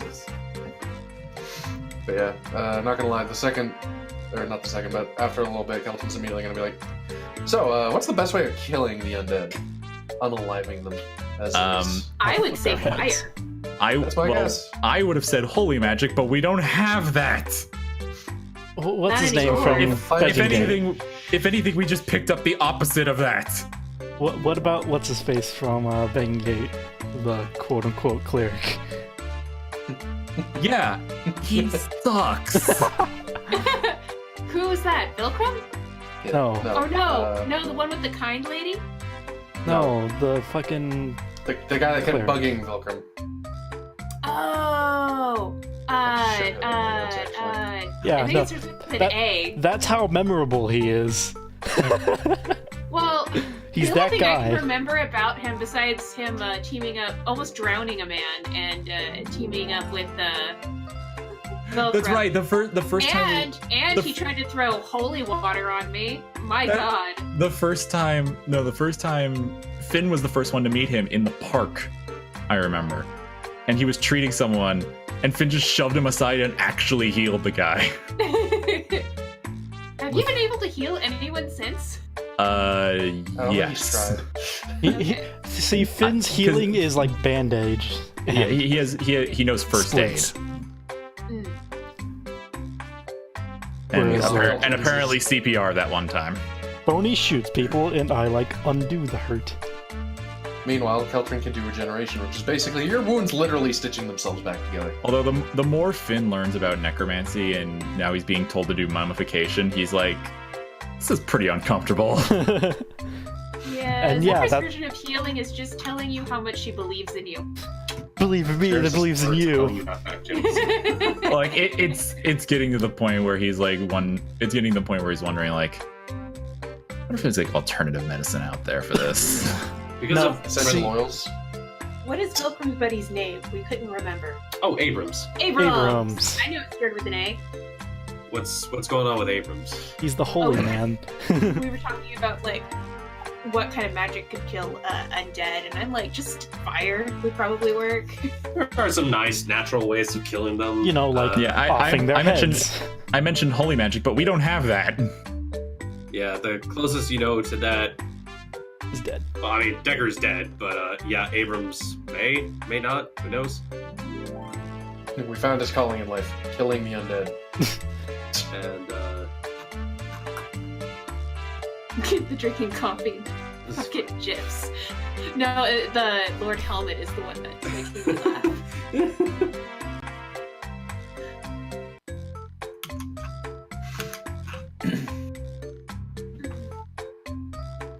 It is hard not to interject with stuff, because I keep having ideas of what you guys could do, and I'm like, I Shut can't. up, voice in my head. Right. I agree, voice in me head. We're going crazy. What? I can hear Zephyr in my mind. Actually, of all the people, we have had like a mind-to-mind link a couple of times now. Zephyr appears on one shoulder, and on my other shoulder, Zephyr also appears like, ugh. Qeltrin just looks over. The fuck are you worried about? What are you doing? You don't see the little, like, what? You can't see the little like thing on my shoulder? That's fur. I'm Remember to feed bandits. You goofy Water bandit. the plants. I have to go home, I need to water my fish. Go water my fish. I need to go feed my fern. Oh my god. Yeah, I'm trying to think. Just- I haven't played those games, Keaton. You should. They're amazing. I've heard they're pretty good. I'm gonna go check my laundry real quick. They're my favorite games. What games? What? Me and Josh are talking stuff, and I mentioned the Jack and Daxter games. Like everyone I have met have always whenever they mention PS2 mascots, it's always like Sly Cooper, Ratchet and Clank. Jack and Daxter games are my favorites. Wow, all these gifs about how fine everything is, and It's I'm fine. like, what do you think is happening to her right now? Well, I mean, you just got dragged off to a city that we know was at one point occupied by a lich, so... Yeah, I mean, like, when you got pulled away, you were also laying on the ground, like, nearly dead. Dying. So, Yeah, Yeah, pretty much so. dead. But you have a lead, and who knows? One I think this singular officially lead. makes me a Daphne. Ha. I keep getting stolen or taken away or put in a place or captured by pirates or... God! Ah, it's glitching! Yes! It's so great! What the hell is that? I love Oh my she knew. Through fucking NATO. Why It is looks it like going she's so applauding! His hands. Just his hands when it waves up. Just What is this? Why is Discord like glitching out on gifts lately? I don't know. I love it. Really specific gifts. It's like. So dumb. That's fucking wonderful. Hold on, I gotta see if this one's broken. If it is, I'm gonna laugh. No, that one's fine. Delete it.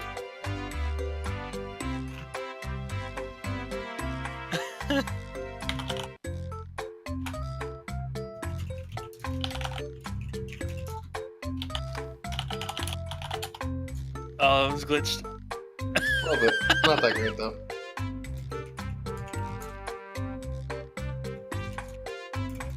The way he sets the glass down after we're like, "Oh. Now I am sad, France."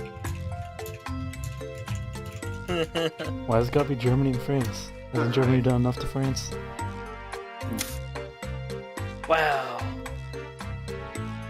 Oh, I should not have laughed at that. I laugh at just about anything. Considering my Oh, height, this I was should glitched. not Oh, have it's laughed broken. at that. Oh, that one's really broken.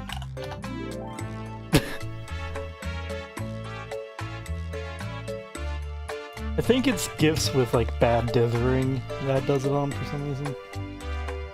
Oh yeah, god. because it's doing Oh, it with the God. lavender. That fucking sensible chuckle looks so good. The shit. Oh my god, the yes one. Okay, Oh, that was good. this That one. one still works. Yeah. That one's bad. Yeah, that one just doesn't look good. Let's delete that. We're all here, right? Yeah, are we ready to get going? Yeah. All right. Is that even a As, gift? as, That's as the last entertaining one. as supposed to these be. GIFs are, I'm pretty sure the people at home are like, so.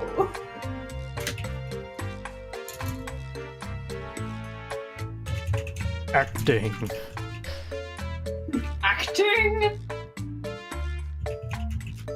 Oh god, Justin. It's so broken.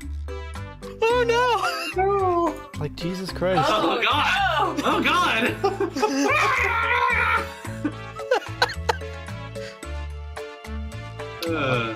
Okay, yeah, let's. Let's play. All right. Let's. It's It's about noon as you guys collect yourselves up towards Northgate. And as you guys have thankfully taken the rickshaws handily provided by Dexus, you guys all managed to get over there. Get over there. We're very far away, I'm sorry. Yeah, I'm very zoomed in. Yeah. Gambul, Finn, you guys are up at Northgate first. We did start closer, yes. Macam has thankfully been true to his word and got a sizable wagon for you guys. Thankfully, this seems to be of the carriage sorts, and a team of 4 horses. Of the apocalypse. In the back of the back of the carriage has a sizable sort of like trunk space compartment, and from the looks of things, he's made sure that it is not too overloaded with supplies. That being like food rations, tents, sleeping bags, that sort of thing. And as he's sitting out by the front, speaking with Dexus as you guys make an approach, they both kind of turn towards you. Oh, hey, as Torihito and Qeltrin come fucking racing up right behind you guys. Torihito, Qeltrin, your rickshaw comes to a stop, thankfully, as the driver kind of steps away from it. Oh, there you are. Thank you. Thank you. Not a problem whatsoever. He gives another polite bow as you guys detach yourselves from the seats. That, supersonic barriers have been broken at this point again. Yeah, and when everyone else gets here, I'll put them up to date as far as, hey, Graves is coming with us. Also, this is what he told us about the place. Wait, a lich? Yeah. Apparently it's a big, spooky, undead kind of guy. At this point, Qeltrin's already nose deep in the book, like, what the fuck is a lich? Roll me a book roll. I don't have that set up for just book roll, so I'm guessing learning... I did. Did you? Hold on. Look in your, see if you have a legendary item. Yeah, it's like you roll it from the item thing. I have that. Well, that's unfortunate. Yeah, go ahead and roll me a learning advantage 5 on this one. You go learn. You gonna learn today. I'm just gonna You- add that. Hey, Zork, in the options tab on your sheet, is legendary items turned on? Good question. Let's see. Options... No, it is now. All right. Well, we'll there have to you- enter that in later. There you go. Here to help. And Qeltrin, as you crack open the book, as soon as Finn says Lich, before you can even ask the book yourself, the pages turn and start filling out with ink, describing a horrid monstrosity of an undead. Mostly skeletal in figure, power-hungry beings. They basically seek to dominate the land with a whole bunch of undead shit going on. From what you learn, it is not a pretty thing. So thankfully that's dead. And I look for whatever's in the book mentioning something called a phylactery. Yeah, as you guys are like looking at this thing, Dexus leans over. Oh, so that's what that thing was. Can you not? Sorry, jeez.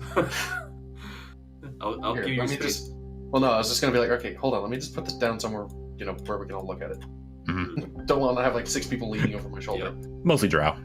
And as you look down towards little tidbits, thankfully the word phylactery is popped out in bold print for you, Qeltrin.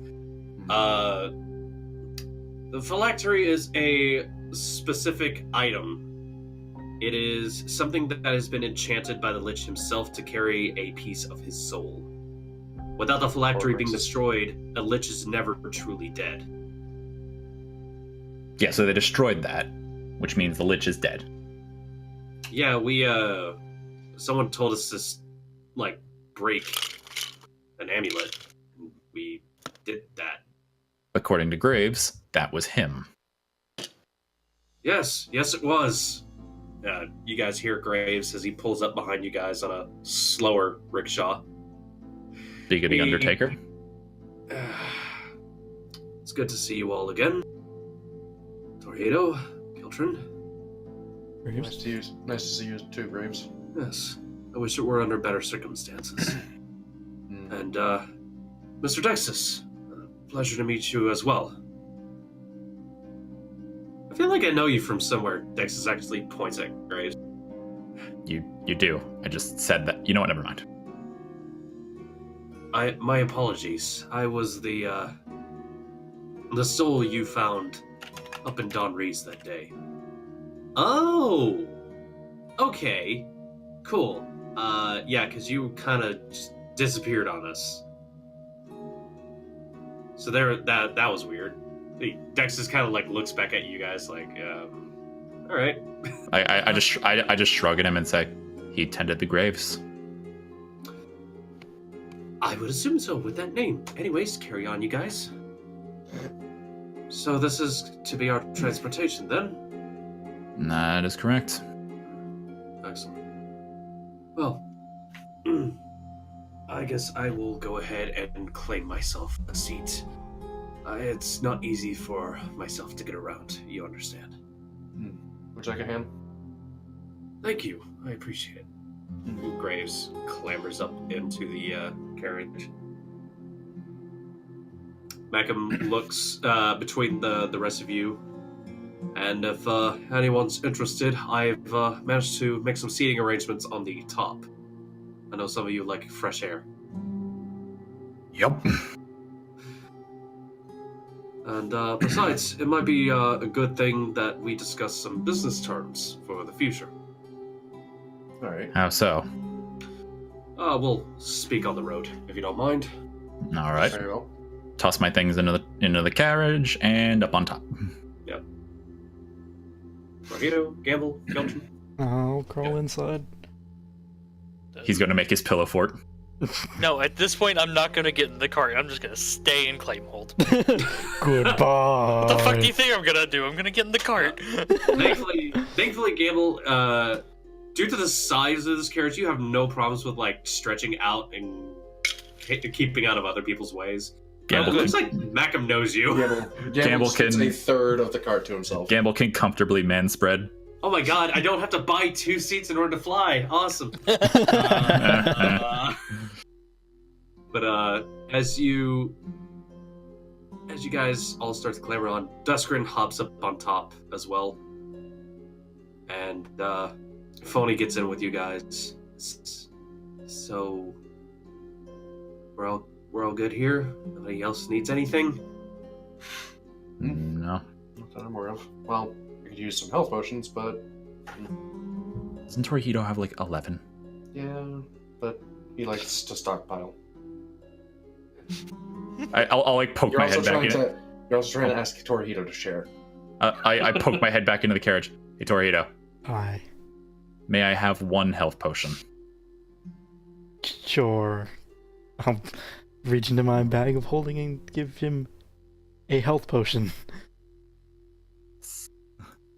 Duskrin looks over to you. Can I get one? Sure. You guys just have to ask, you know.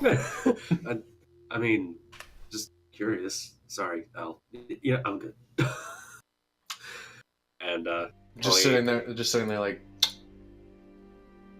okay, let's get this show on the road, guys. And Off we go. as you guys climb into the carriage, Dexus takes a step over towards the door, goes to shut it for you guys.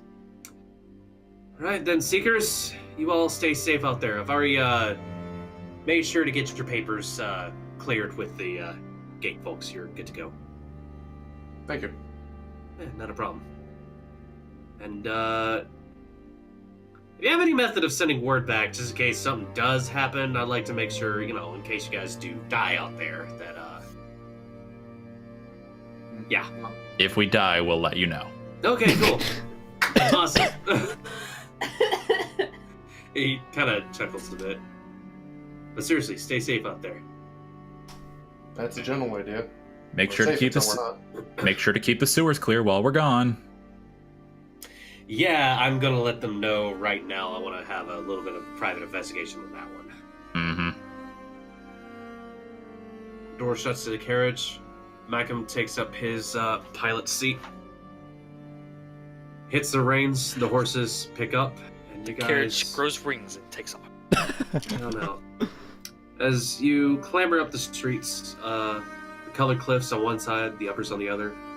Those of you who look out the window towards the citadel, very, very quiet affair out there today. Seems like today might have been the last day of remembrance. Damn, party's over. You weren't even here a week. The gates open up for you guys, and you spend a little bit of time with them as Macam ensures that your papers get passed around and they get a decent enough look over. The guards nod, wave you guys through, and you guys depart outside of Klinghold, back into the mainland. As you set your this ways, looks frickin' different. as you guys set your ways out of Northgate, a voice kind of comes over. Macam manages to make sure that the little speaker slat is slid open for himself and you guys. Right, so we have a couple of options ahead of us. I'm assuming you folks want to stick to the main roads. Ideally. Well, I'll make sure of that then. We might do a little bit of rough and tumble here and there, but I'll make sure we don't go into any strange places. We're not going to veer so far off course we wind up in the Plains of Silence. Don't worry about that. What? I would be very impressed if you did. Yeah, it is pretty east of here anyways. So, about this business I've been referring to. Dexys has informed me that you folks are setting yourselves up a little bit of an adventurers guild. Yep. Aye.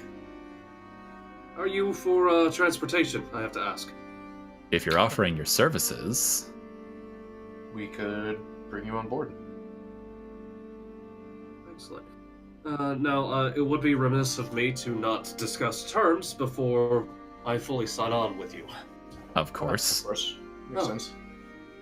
For one thing, I would need to have my contract bought up from Muse. As decent enough employers as they are, Oh, we gotta talk with Muse. you will have to go through some paperwork. They're not entirely bad, they're just very Stingy. bureaucratic. I'll just use the term stingy. I don't They know. are I'm very still particular. I'm still a little sour with them after the trip we had through one of their facilities. I understand. Second thing, I would like to get my family residency papers for Claimhold. I understand that might take a little bit of coin. You all understand? Yeah, we're barely sure how we got in there ourselves, honestly. Aye. I mean, we do have favors we can call in still, I believe. We could see what we can do for that one. Anything you could help me out with? It is alright having the little ones grow up in Undertown, but You'd I'd rather to they have get a- some decent education. And sunlight. Aye. Sunlight is good for us. Wait, no. Yes, my apologies to you, Finn. Ah, As he goes, and thirdly, if you wouldn't mind me asking, this Swift Rail business. You have to understand that this sort of technology can put me out of business. Well, that is true. Is this of your own design? No. No, we set these up at the behest of a dwarf named Monty. Ah, I see. The Is main station should be at Beckengate if you wanted to have a word with him. Is it that strange fellow that was in the box seats back at the tournament? Yeah. Yeah. He He's fine. was. He's a bit of our sponsor. He helped us get up and going. He's a very good man, though. Well then, I think as a little bit of insurance of my family's own future, I'd like to get in the ground level of that then. I'm sure if you spoke with him, you could arrange something that would benefit you both. I'd like you to put in a good word for me, then. Of course. It's actually been a while. Easily done. It's been a while since I've gotten my paper dragon back. You actually got your paper dragon back last night. Sorry. Oh, I did? Yeah. It came back to you through the window. Surprised the hell out of you. Everything's fine. Ah! Flying bats! Oh, wait, it's just this. It's paper. Paper bats! Paper cut. And, as you guys continue on, well done. It's a pleasure doing business with you, Seekers, and I look forward to being your exclusive driver then. I'm sure we'll have many stupid adventures together. I can't think of anything as bad as heading out to the Badlands. Don't tempt fate. Please don't tempt fate. I'm gonna seal my mouth henceforth. Right, We're gonna fucking die. You guys spend the rest of the day traveling on the roads. He manages to take one of the roads between the major routes and kind of just skips Deffins. Just cuts the corner. Yep. Bye. As we're on the road, Finn is up on the top of the carriage and Duskrin's up here, right? Yes. He pulls his longsword off his back and lays it in his lap. And this is the longsword that is a conduit for magic, right? And he thinks back to what Graves told him earlier, that he has an orange to him now. Yep. And he remembers in the sewer when he kicked on his whenever he kicked on his abilities, his hands were glowing orange. Mm-hmm. That didn't usually happen. Yep. So he just grabs his sword and just channels it a bit. Channels it a little bit. Yep. As you look down at this, it comes out as a very pale, at very, very first, very basic glance, orange. It kind of comes out as this sort of very subtle, almost golden look to it. That's probably concerning. As you exert a little bit more energy into this sort of thing, you can actually see wisps of the power kind of sifting off of the sword. And what looks to be just wind-blown sand emanating out of this. I hold it up so that to catch Duskrin's eye. I'm like, this wasn't doing this before, was it? Oh, I think it was green last time. Okay, good. I'm not crazy. Yeah. Is it just doing that now? I guess. I mean, it's neat. It looks neat. Still, I don't know about what this implies. Maybe it changed to reflect how you're still you on the inside. I don't know. I'm gonna talk to Graves. At which point I will climb into the cart. Yep. Inside the cart, Graves is situated off towards the opposite side of the entrance. The window to the other side, as he's just kind of wistfully looking outside. Graves? Yes. You, back at the shop, you mentioned I had a different glow coming off me? Yes, I must be honest with you. I can detect undeath.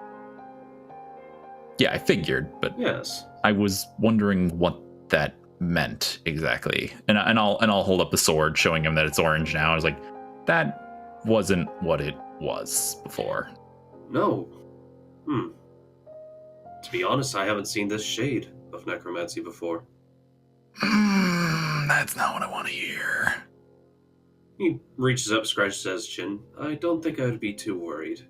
Do the other colors have some kind of specific meaning? Well, perhaps it's merely symbolic. It's attuning, your power's attuning to you, perhaps. Although there is perhaps one that you want to keep an eye out for. And that is. Rip. He holds his hand out. It starts to glow with a green miasma that you're very familiar with him having. Oh. And then he turns his hand over and it shifts to red. Yeah, red. Very bubbly. It's almost like we saw that in Defense. A particular kind of magic. Blood magic. Very powerful things can be done with this. But I would, for one, would consider them very unspeakable. Yeah, I'll avoid that.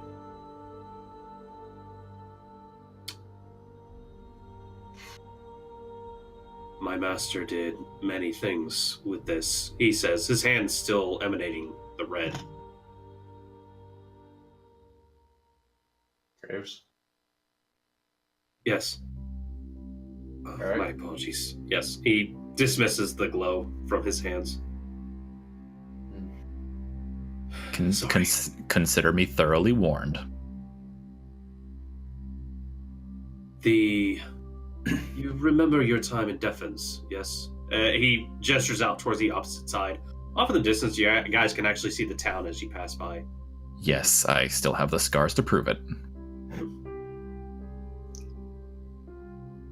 Zephyr told me about the rat you fought. No. Which one? Red. Red. Oh, Red, sorry. Quite literally, the creature's name was Red. Yes. And when she met me, I was tending to the deceased from the assault on Beggar Gate. And she presented me with a couple of his items. I said the staff was of no real concern, however, she presented me with a knife. I felt a lingering bit of blood magic on that. I told her it was more than likely cursed. And I took it off her hands. She very willingly gave it to me. Fair enough. I assume you disposed of it? Yes. It is, shall we say, buried. Buried is a good word. He gives a very grim smile to that. If you should ever find yourself with blood magic, know that you may as well be in the realm of madmen and blasphemers. To fiddle with one's life force is disgusting. I will not do that. Please don't. I would hate to have to send the king and his men after you too. Can't have that. No. As he returns to looking out the window. Can't have that. I like some of them. Qeltrin, it seems you have something you want to bring up with Graves. Yeah, Qeltrin would have asked him, so, since we're going to be dealing with the undead, what's the most effective way of taking care of them? Well, he looks around the cart for a bit, and then just kind of chuckles before pointing at Gambul. With, Alright. He tends to be our most effective solution against a lot of things. No offense, my friend. The undead are not exactly the most stalwart of enemies. I guess I was overthinking it, huh? Well, for the most mundane types, skeletons are easy to topple. If we happen to run into any zombies, go for the head. I mean, Okay. taking a guess at that. Alright. Well, any Just particular weaknesses to element by any chance? Well, if you do happen to have any light magic with you, that'd be one thing. He looks around. Nope. Good with Doesn't elements, entirely not look with. like Where's Callum when you need him? it. Wouldn't it have been convenient if I'd learned that instead? Yeah, then we'd have a healer. Not a stabbing boy. As he chuckles a bit and looks down. Well, despite this, I don't think they usually go for any specialization of the undead.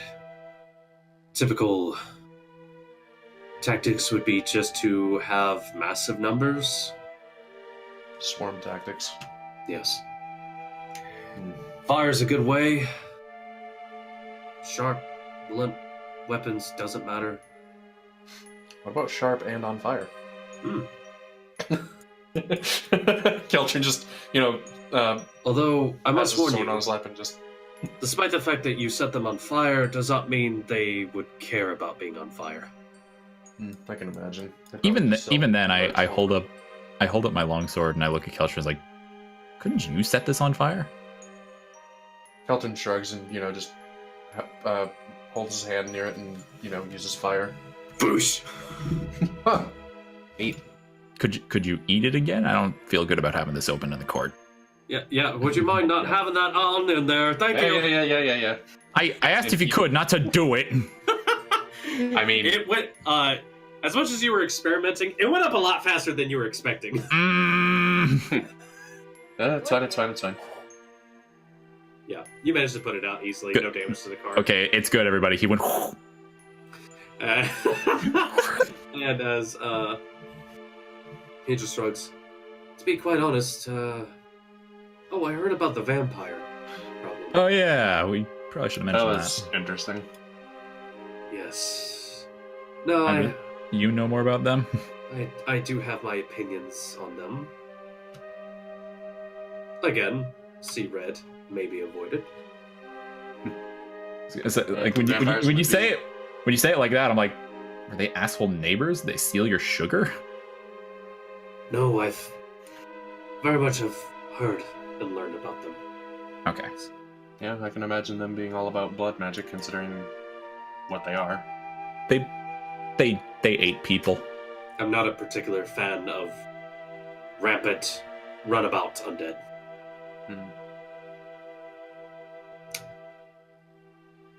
As you guys continue down the roads for a bit, you can actually hear Mackin knock on the front.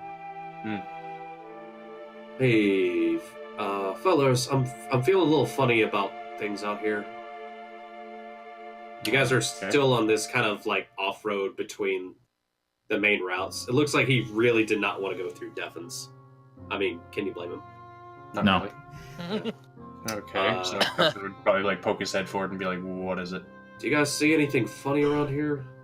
As you guys are passing through the road, Yeah, that I you're can. on kind of like is a dip between these two bluffs on either side.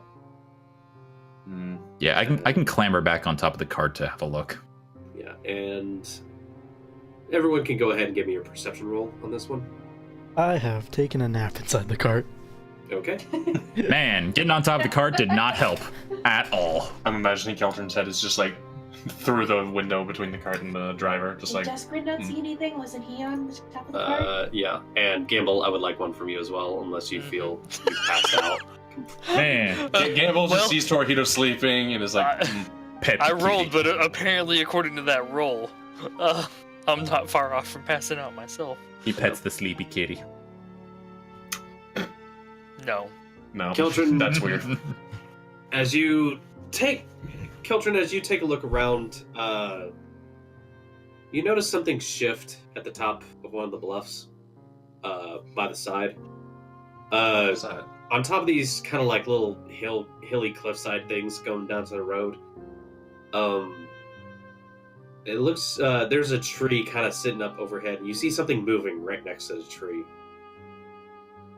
I don't trust that. You That's see moving. you see it too. Deskrin leans down to the Yeah. one of the slats.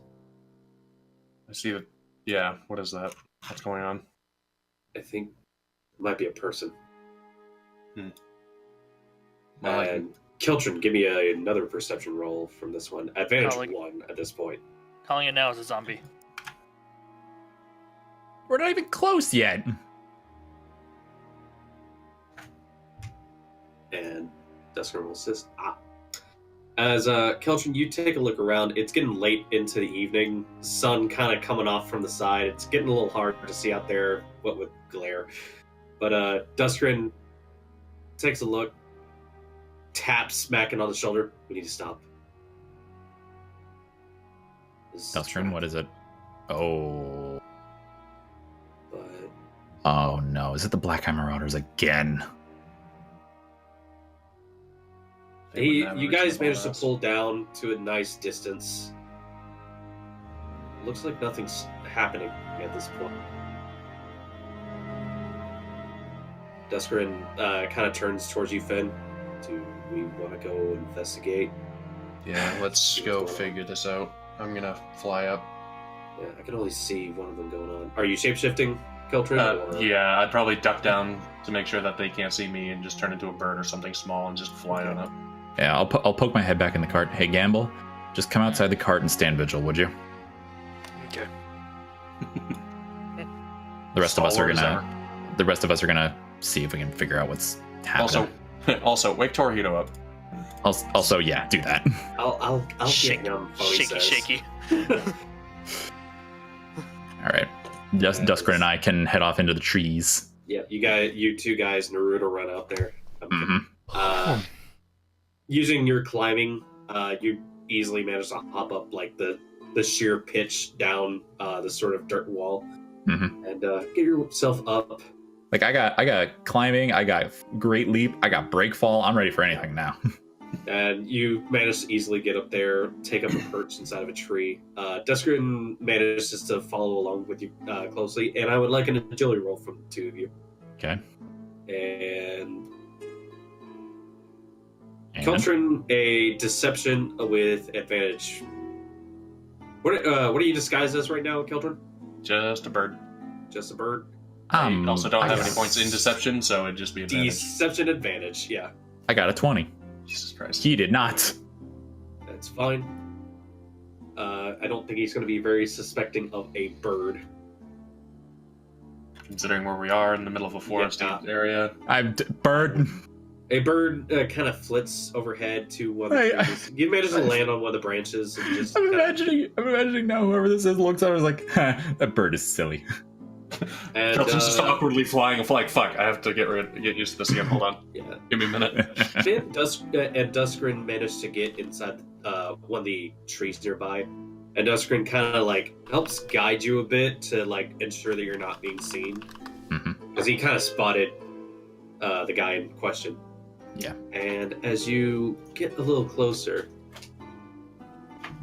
Duskrin actually kind of points him out for you. There's a human kind of like with his back to the tree. So speaking wise, he's kind of facing you guys, but he's sitting there just kind of like flipping a coin. Wait a minute. He stops. Flipping a coin. Yep, it's the Black Eye Marauders again. He stops and turns and like cranes his head around the side and looks off in the direction that you guys were headed. He just kind of gives out a little sigh, goes back to flipping his coin. That's great. If he's here, then he has people everywhere. Yeah, That's at great. this point, we might as well just find out what he wants. There's no reason to sneak around. Okay, do you guys want to approach him, or do you want to take a look around? I want to have a look around first. I want to see exactly what we're dealing with anyway. Yeah. Yep, go ahead and give me, because you guys have like great advantage points, this would be a perception with advantage 1. Perception. I forgot his fucking name.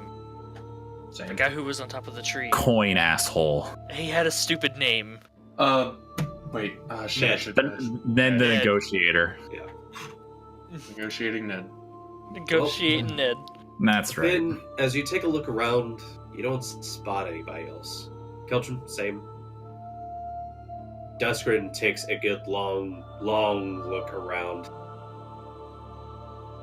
Turns back towards you, Finn. There's nobody else. Oh, let's get this over with and just I'll approach him. And as you guys kind of take a look at him, you do not recognize this man. Wait, what? It's a different. It's different guy. Somewhat different. His hair is kind of like a dusty, sort of like blonde. All right, I wanna get into one of the trees next to him and then just drop down next to him and say, "So, where's Ned?" I mean, at this point, we don't know if he's Black Eye Marauder or not. I don't care. Right. I'm asking anyway. Yeah, that's the approach you want to take. Yeah. Finn? I'll be in the tree above. like it's not even a threatening drop down. It's just drop down and then like lean on the tree. So, hey. As you go to make this maneuver, Duskrin pulls his bow, readies it just in case. And I'll just be in the tree that Finn's going to drop out of. Yep. This And make me a presence roll as you land next to him. Go sup. 23. Yep. As you land right next to him, take a look in his eye. Spout your greeting to him as he actually kind of flinches a bit. Ah, what the hell? And as he flinches with it, he brings out a small knife. He doesn't go for a stab. He very clearly just stops himself short as he looks at you, up and down. Ned, I don't have anything to do with him. So, what brings you out to the forest alone? Why are you asking about Ned? Oh, it's just the last time we met someone alone in the middle of a forest flipping a coin. It was a gentleman named Ned. Uh-huh. He looks you over, starts taking a look around, like his surroundings. You ain't a marauder. No, I'm not. How? Okay. So you confused? All right, cool. I know this looks. He very carefully slides a knife back. You're not friendly with them, are you? I would not say that I am. No. Okay, well then. He leans off towards the side, looks past like some of the foliage that you guys are next to. Oh shit! I didn't think anybody would be coming through this road. You want to explain? Yeah, I'm trying to kill myself some marauders. Do you mind? They come through here? Well, I've been getting followed by some of them. Let's just say that. He gets up and like kind of dusts himself off. And now for the second surprise, a bird just says, "Huh? Well, at least he's friendly." Ah, shit. He's with me. Sorry. Okay. Cool. We stopped here with you because this is what the last ambush that we suffered at the Marauders' hands looked like. Yeah. A single lone man flipping a coin. Yeah, this was going to be a little bit of I want to say poetic justice. As he holds his hand out towards you, I guess that makes us kind of friends, you know, enemy of my enemy and all that. Sure. Name's Trip. Finn. And the bird is Qeltrin. Yo. Nice to meet you guys. So, what you guys doing on out here? Passing through. Alright. Well, I would advise not taking the road. There is a bit of a easier to get through area over on this side. He gestures off to like the other side, like towards the coast. Do we have a map on us? Yeah, you do. I'll just ask him to mark it on the map. Yeah, he marks it out. It's very easily, like, it might be a detour of maybe a few minutes, but he just kind of goes, yeah, I'm trying to make sure these jackasses don't get on my tail. I've been out here I've been stuck out here for a while now. I've been having a hard time. You're being stalked? Yeah, they're not exactly happy with me. What did you do? Killed a few of them. Assholes. Oh, it's For deserved. no reason, or Trust me, there was plenty of reason for that. if you It's insist. also the Black-Eyed Marauders. I'm not necessarily bleeding my heart over here. I get that. Just curious. Yeah. And that's when Finn kind of like rubs his chin. How many? Probably about 8 of them. I'm giving him about 5 of them are going to die from. He points up towards one of the trees, Qeltrin, that you're next to. There's a complicated rope setup with what looks to be a keg of black powder. And then following that, they're probably going to try to scatter, which is why I have. He points at a couple pile leaves, some pitfall traps, and Fair. And Guess then, that's why you're called Trip. Yeah. Oh, well, you seem to have things in good hands. I see no need to intervene. Yeah. So Just- what? You guys come from Claimhold or something? We did come from there, yes. Yeah, cool. How's security over there? If you don't mind me asking. Still ridiculously tight. As iron shut as ever. Right. Cool. All right. Well, there's always a weakness somewhere. Trying to get in. Yeah. Why? Any particular reason? I think they have something of a local spot there. What, the Marauders? The Marauders? Yeah.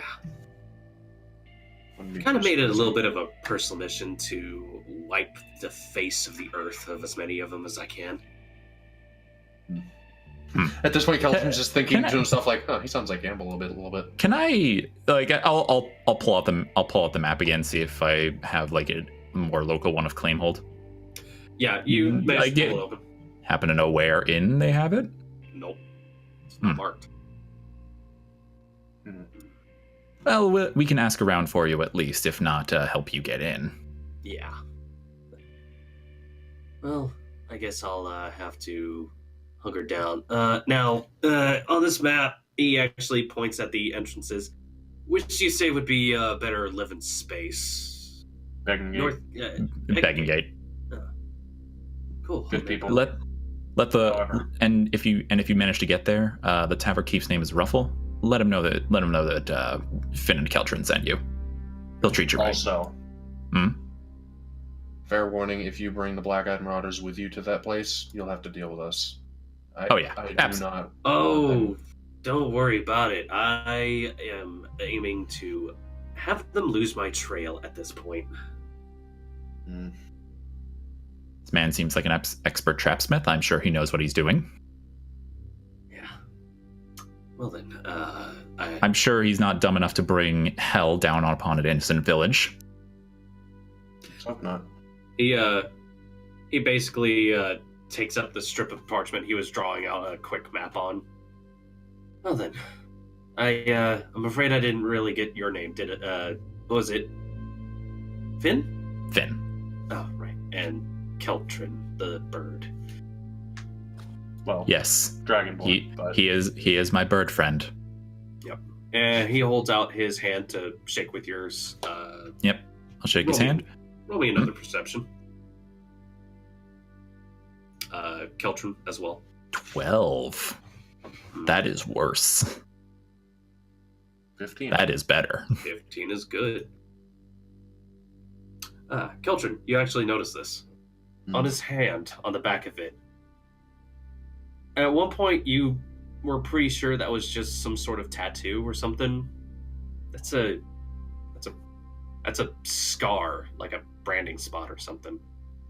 Wait, And that highly resembles a marking on one of your on Gambul. on Gambul, yeah. At this point, Qeltrin's going to drop down and shapeshift back into a Dragonborn. Oh, cool, not a bird. He's not I a don't bird. mean to pry. That scar on the back of your hand. I've seen something like that before. Oh, yeah. Bastards like to mark their little pit slaves. Do you happen to know someone named Gambul? Eyebrow raise. Gambul? Wait, hold on. Big hulking dude likes to break people's limbs and smash heads and stuff? Yeah, really Yeah. nice guy. Oh, you know Gambul? He's with us. Alive? Yeah. Let me go get the cart. Oh shit! Yeah. Oh wait, hold on. Hmm? He like gets up and looks like past the trees and everything. Yeah, I got time. How long do you think How long do you think they're going to be until they get here? Yeah, they're not in any sort of sight range. I think we'll be fine. Yeah, Lead the way. Why not? Yeah, I'll lead the way back to our cart. Yeah, I'm imagining just talking with Finn on the way down. Like, hey, do you think we should get Gambul involved? I'm pretty sure he could use some stress relief. In dealing with the marauders. Yeah. Do we have time to make that detour? I don't want to take too long to get to Zephyr. Sure. But if And things happen. and I think Gambul will. I don't want to speak for him. Yeah, let's not. They can say hi, and then we'll see where it goes. I'm pretty sure, like, I would have, like, waved Duskern down at this point.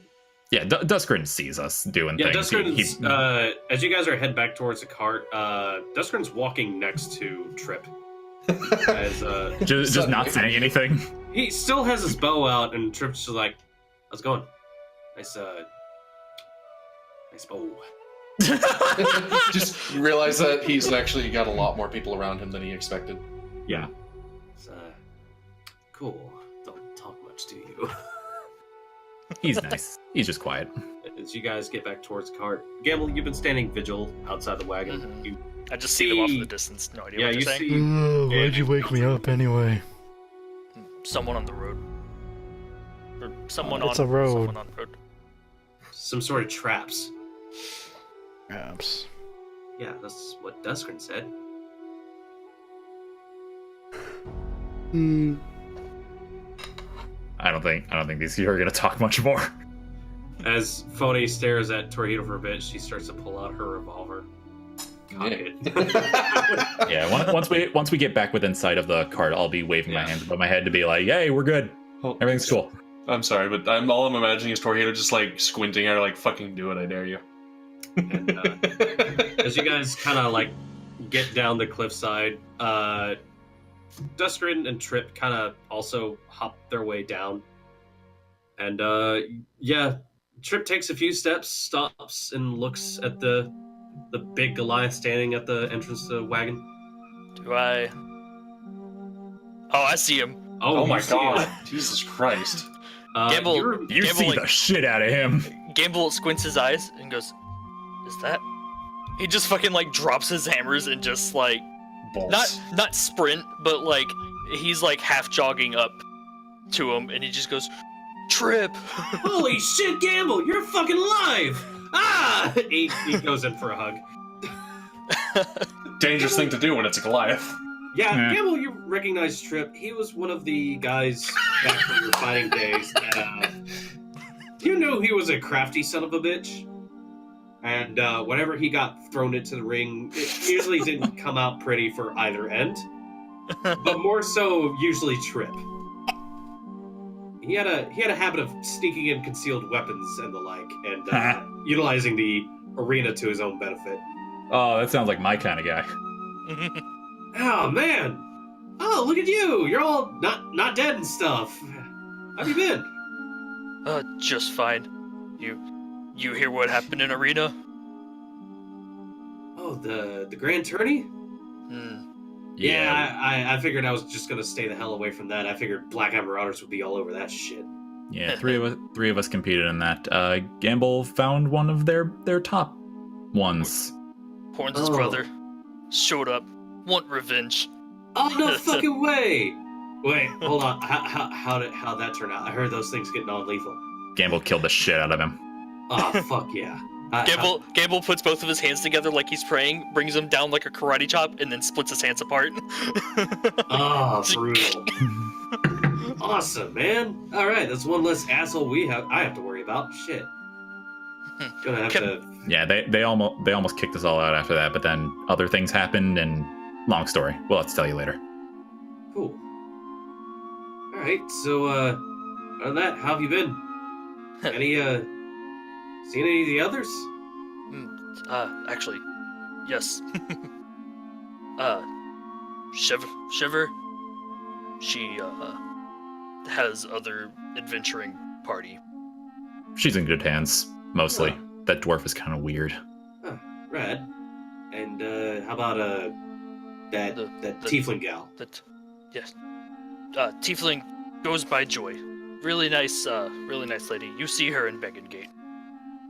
Oh, all right, cool. I was just gonna head there next, anyways. So, I guess you guys are heading through some way. I told you guys there was a safer route over here.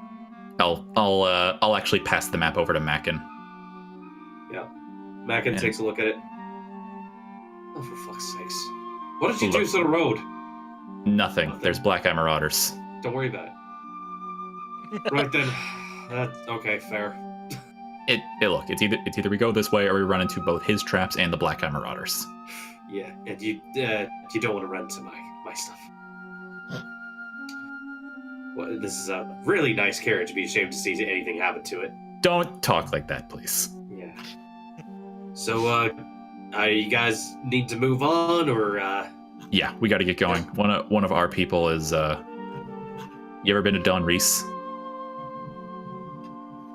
Nah, figured that place was a shit show.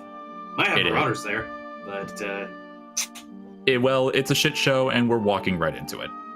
Oh boy, well, have fun with that then, guys. We will. Another week for us. Hey, maybe maybe by the time you guys get back, I'll be in Claymore myself. We can dream. Gambul kind of puts his arm on the guy's shoulder and kind of pulls him in closer. You see Joy. You keep her safe.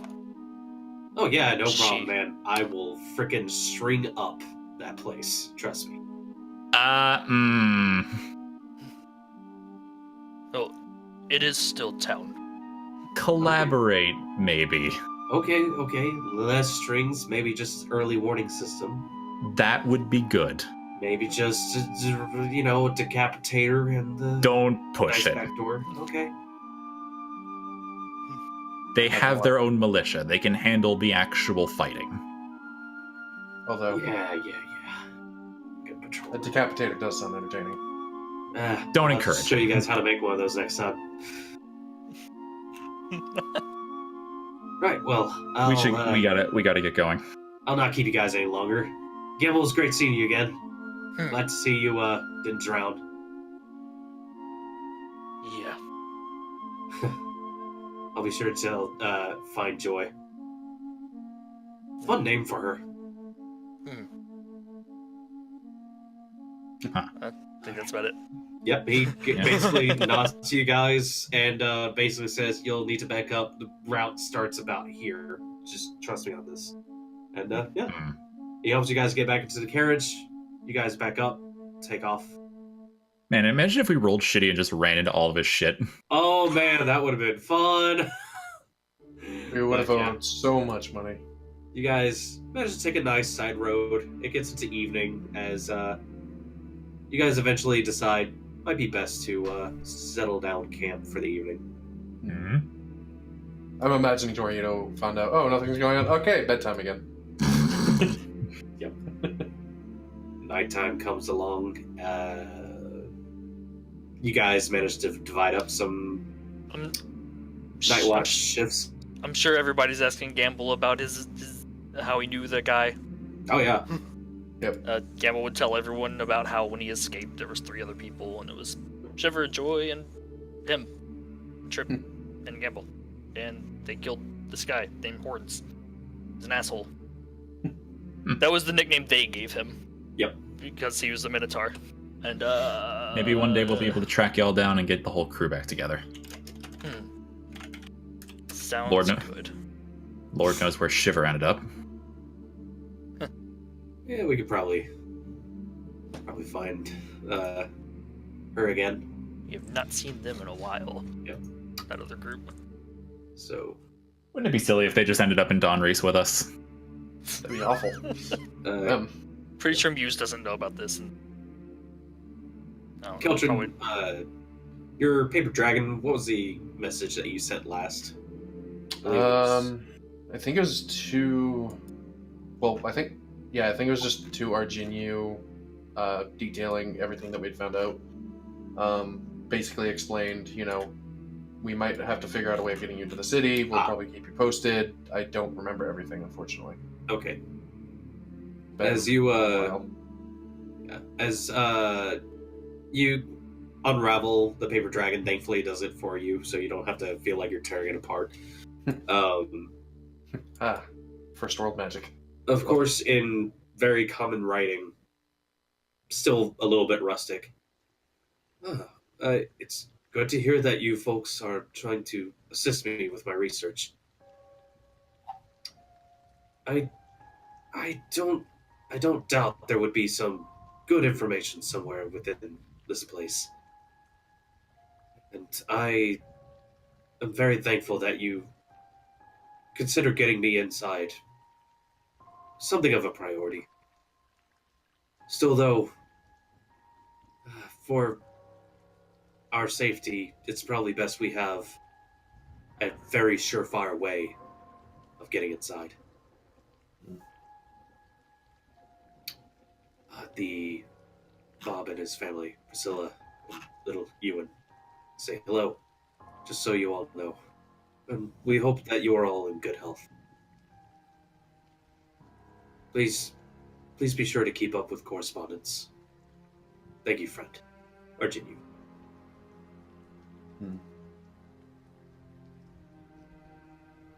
All right. Well, I think. Sorry, go ahead. I was just gonna say, yeah. Based on that, I don't think we need to worry too much about him.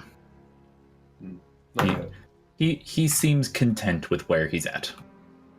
Well, if we can figure out a way of getting him in, and it'll... Oh, if we can, great. But until then,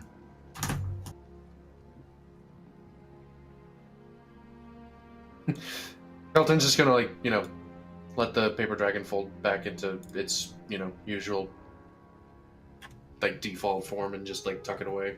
form of a piece of paper. Yeah, pretty much. He's just gonna then actually start reading through his lore master because he's actually curious if teleportation was a normal thing. For the lore master, it goes off into various ways of teleportation and the like. It looks like there's a lot of information on this sort of thing, but looking for specific things, it doesn't really have the information for you just yet. That's fair. But just figured while it's on Qeltrin's mind, might as well be I wonder if the book knows anything. You can go ahead and give me a learning one of the book rolls on that one. I never actually got that set up in the legendary items, so... we'll just make this a learning advantage 5.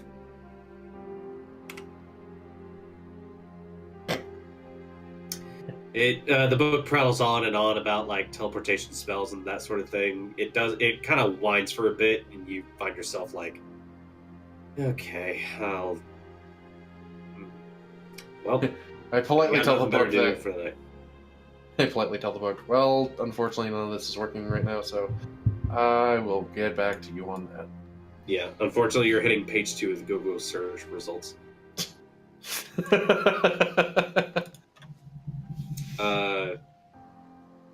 For the rest of you, the evening comes in. Macam has already set up a fire for you guys. Yeah, go Macam. And he grabs some of the rations out of the back and starts passing them around. Yes. Hardtack. Favorite. Yes. Dried fruit. Other favorite. Yes, jerky. Right? Yeah, he managed to make sure that he made sure there was some protein in this. So Protein! My favorite ration, Calorie Mate.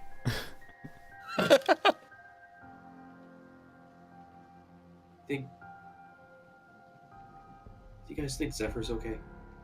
Phony speaks up. She has to be. Sure as hell hope so. Yeah. so too. Especially after we found her mother. She turns. She manages to make sure that Bandit kind of gets a nice, comfortable spot next to her. Oh, don't be so dour. I wouldn't be surprised if we get to Dawn Race and she's busy hacking her way out the front gate herself. Yeah, that does sound like Zephyr. Although I think she's more of a stabbing sort of person. Just gonna I be don't honest. think that's the point. Okay, still. No, the point is her daggers. Oh my god. And as a little bit of a joke, perception roll from you guys. Perception.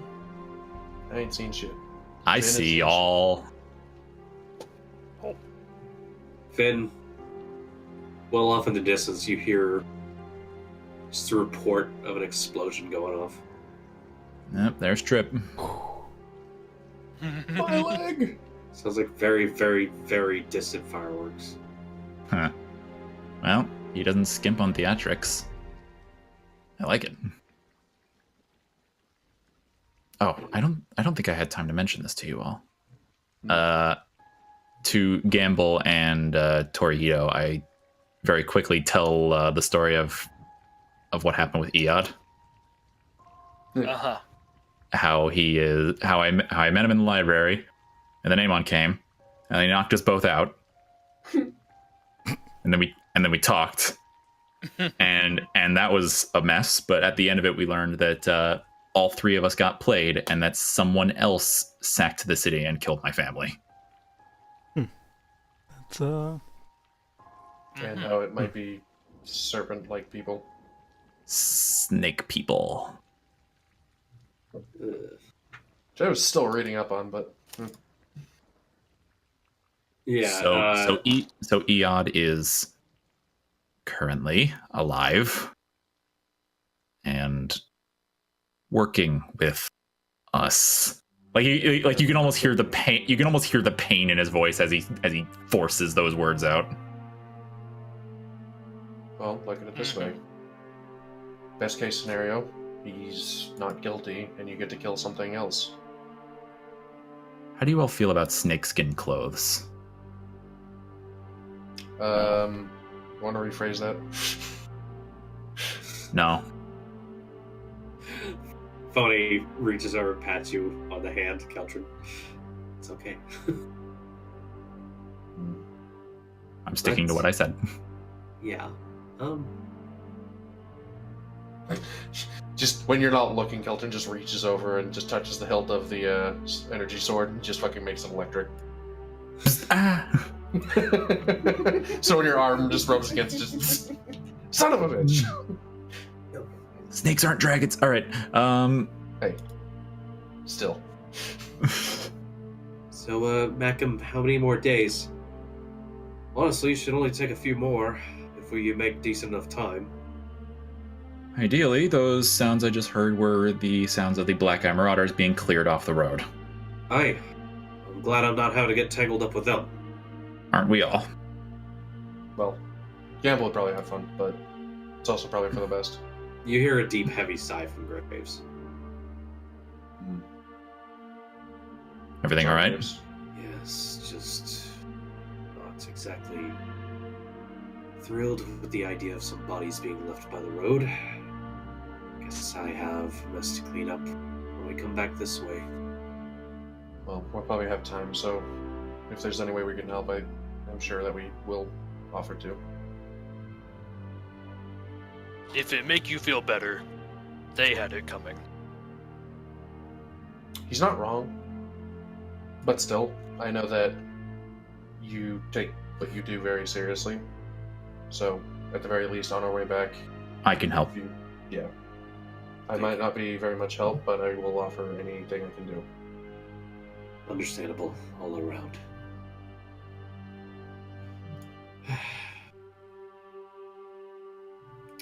I will deign to turn in, if you don't mind. Of course. As he crawls himself back up into the carriage and finds himself a seat to go sleep in. It's a relatively quiet night for the rest of the thing. Torihito, what are you up to? I don't know, just relaxing, I suppose. Chilling out, maxing, relaxing, all cool. Not reading your new fancy scrolls? I didn't take the scrolls. Yeah, Kuza didn't hand them to him. Oh, okay. The waterbending scroll.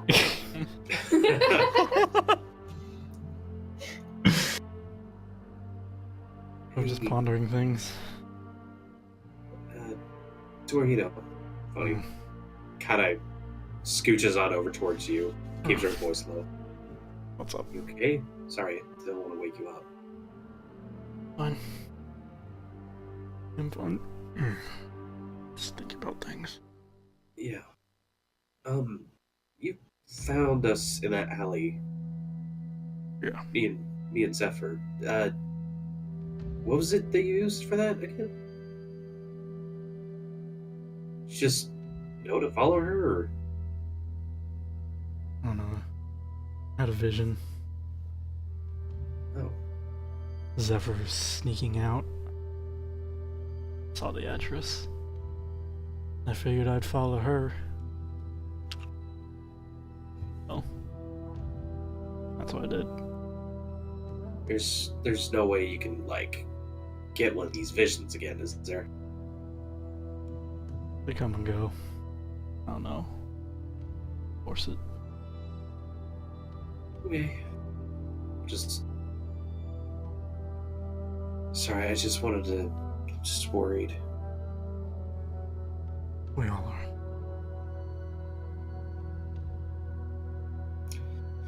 Well, guess I'll turn in as well. Well, good night, guys. I kind of need to get some sleep, too. Get some sleep, phone. She also climbs up into the carriage, takes up a little bit of a tiny amount of space for herself. The rest of you, if there's nothing else you guys have dire need of to do tonight, Nope. the night passes on, the stars come out.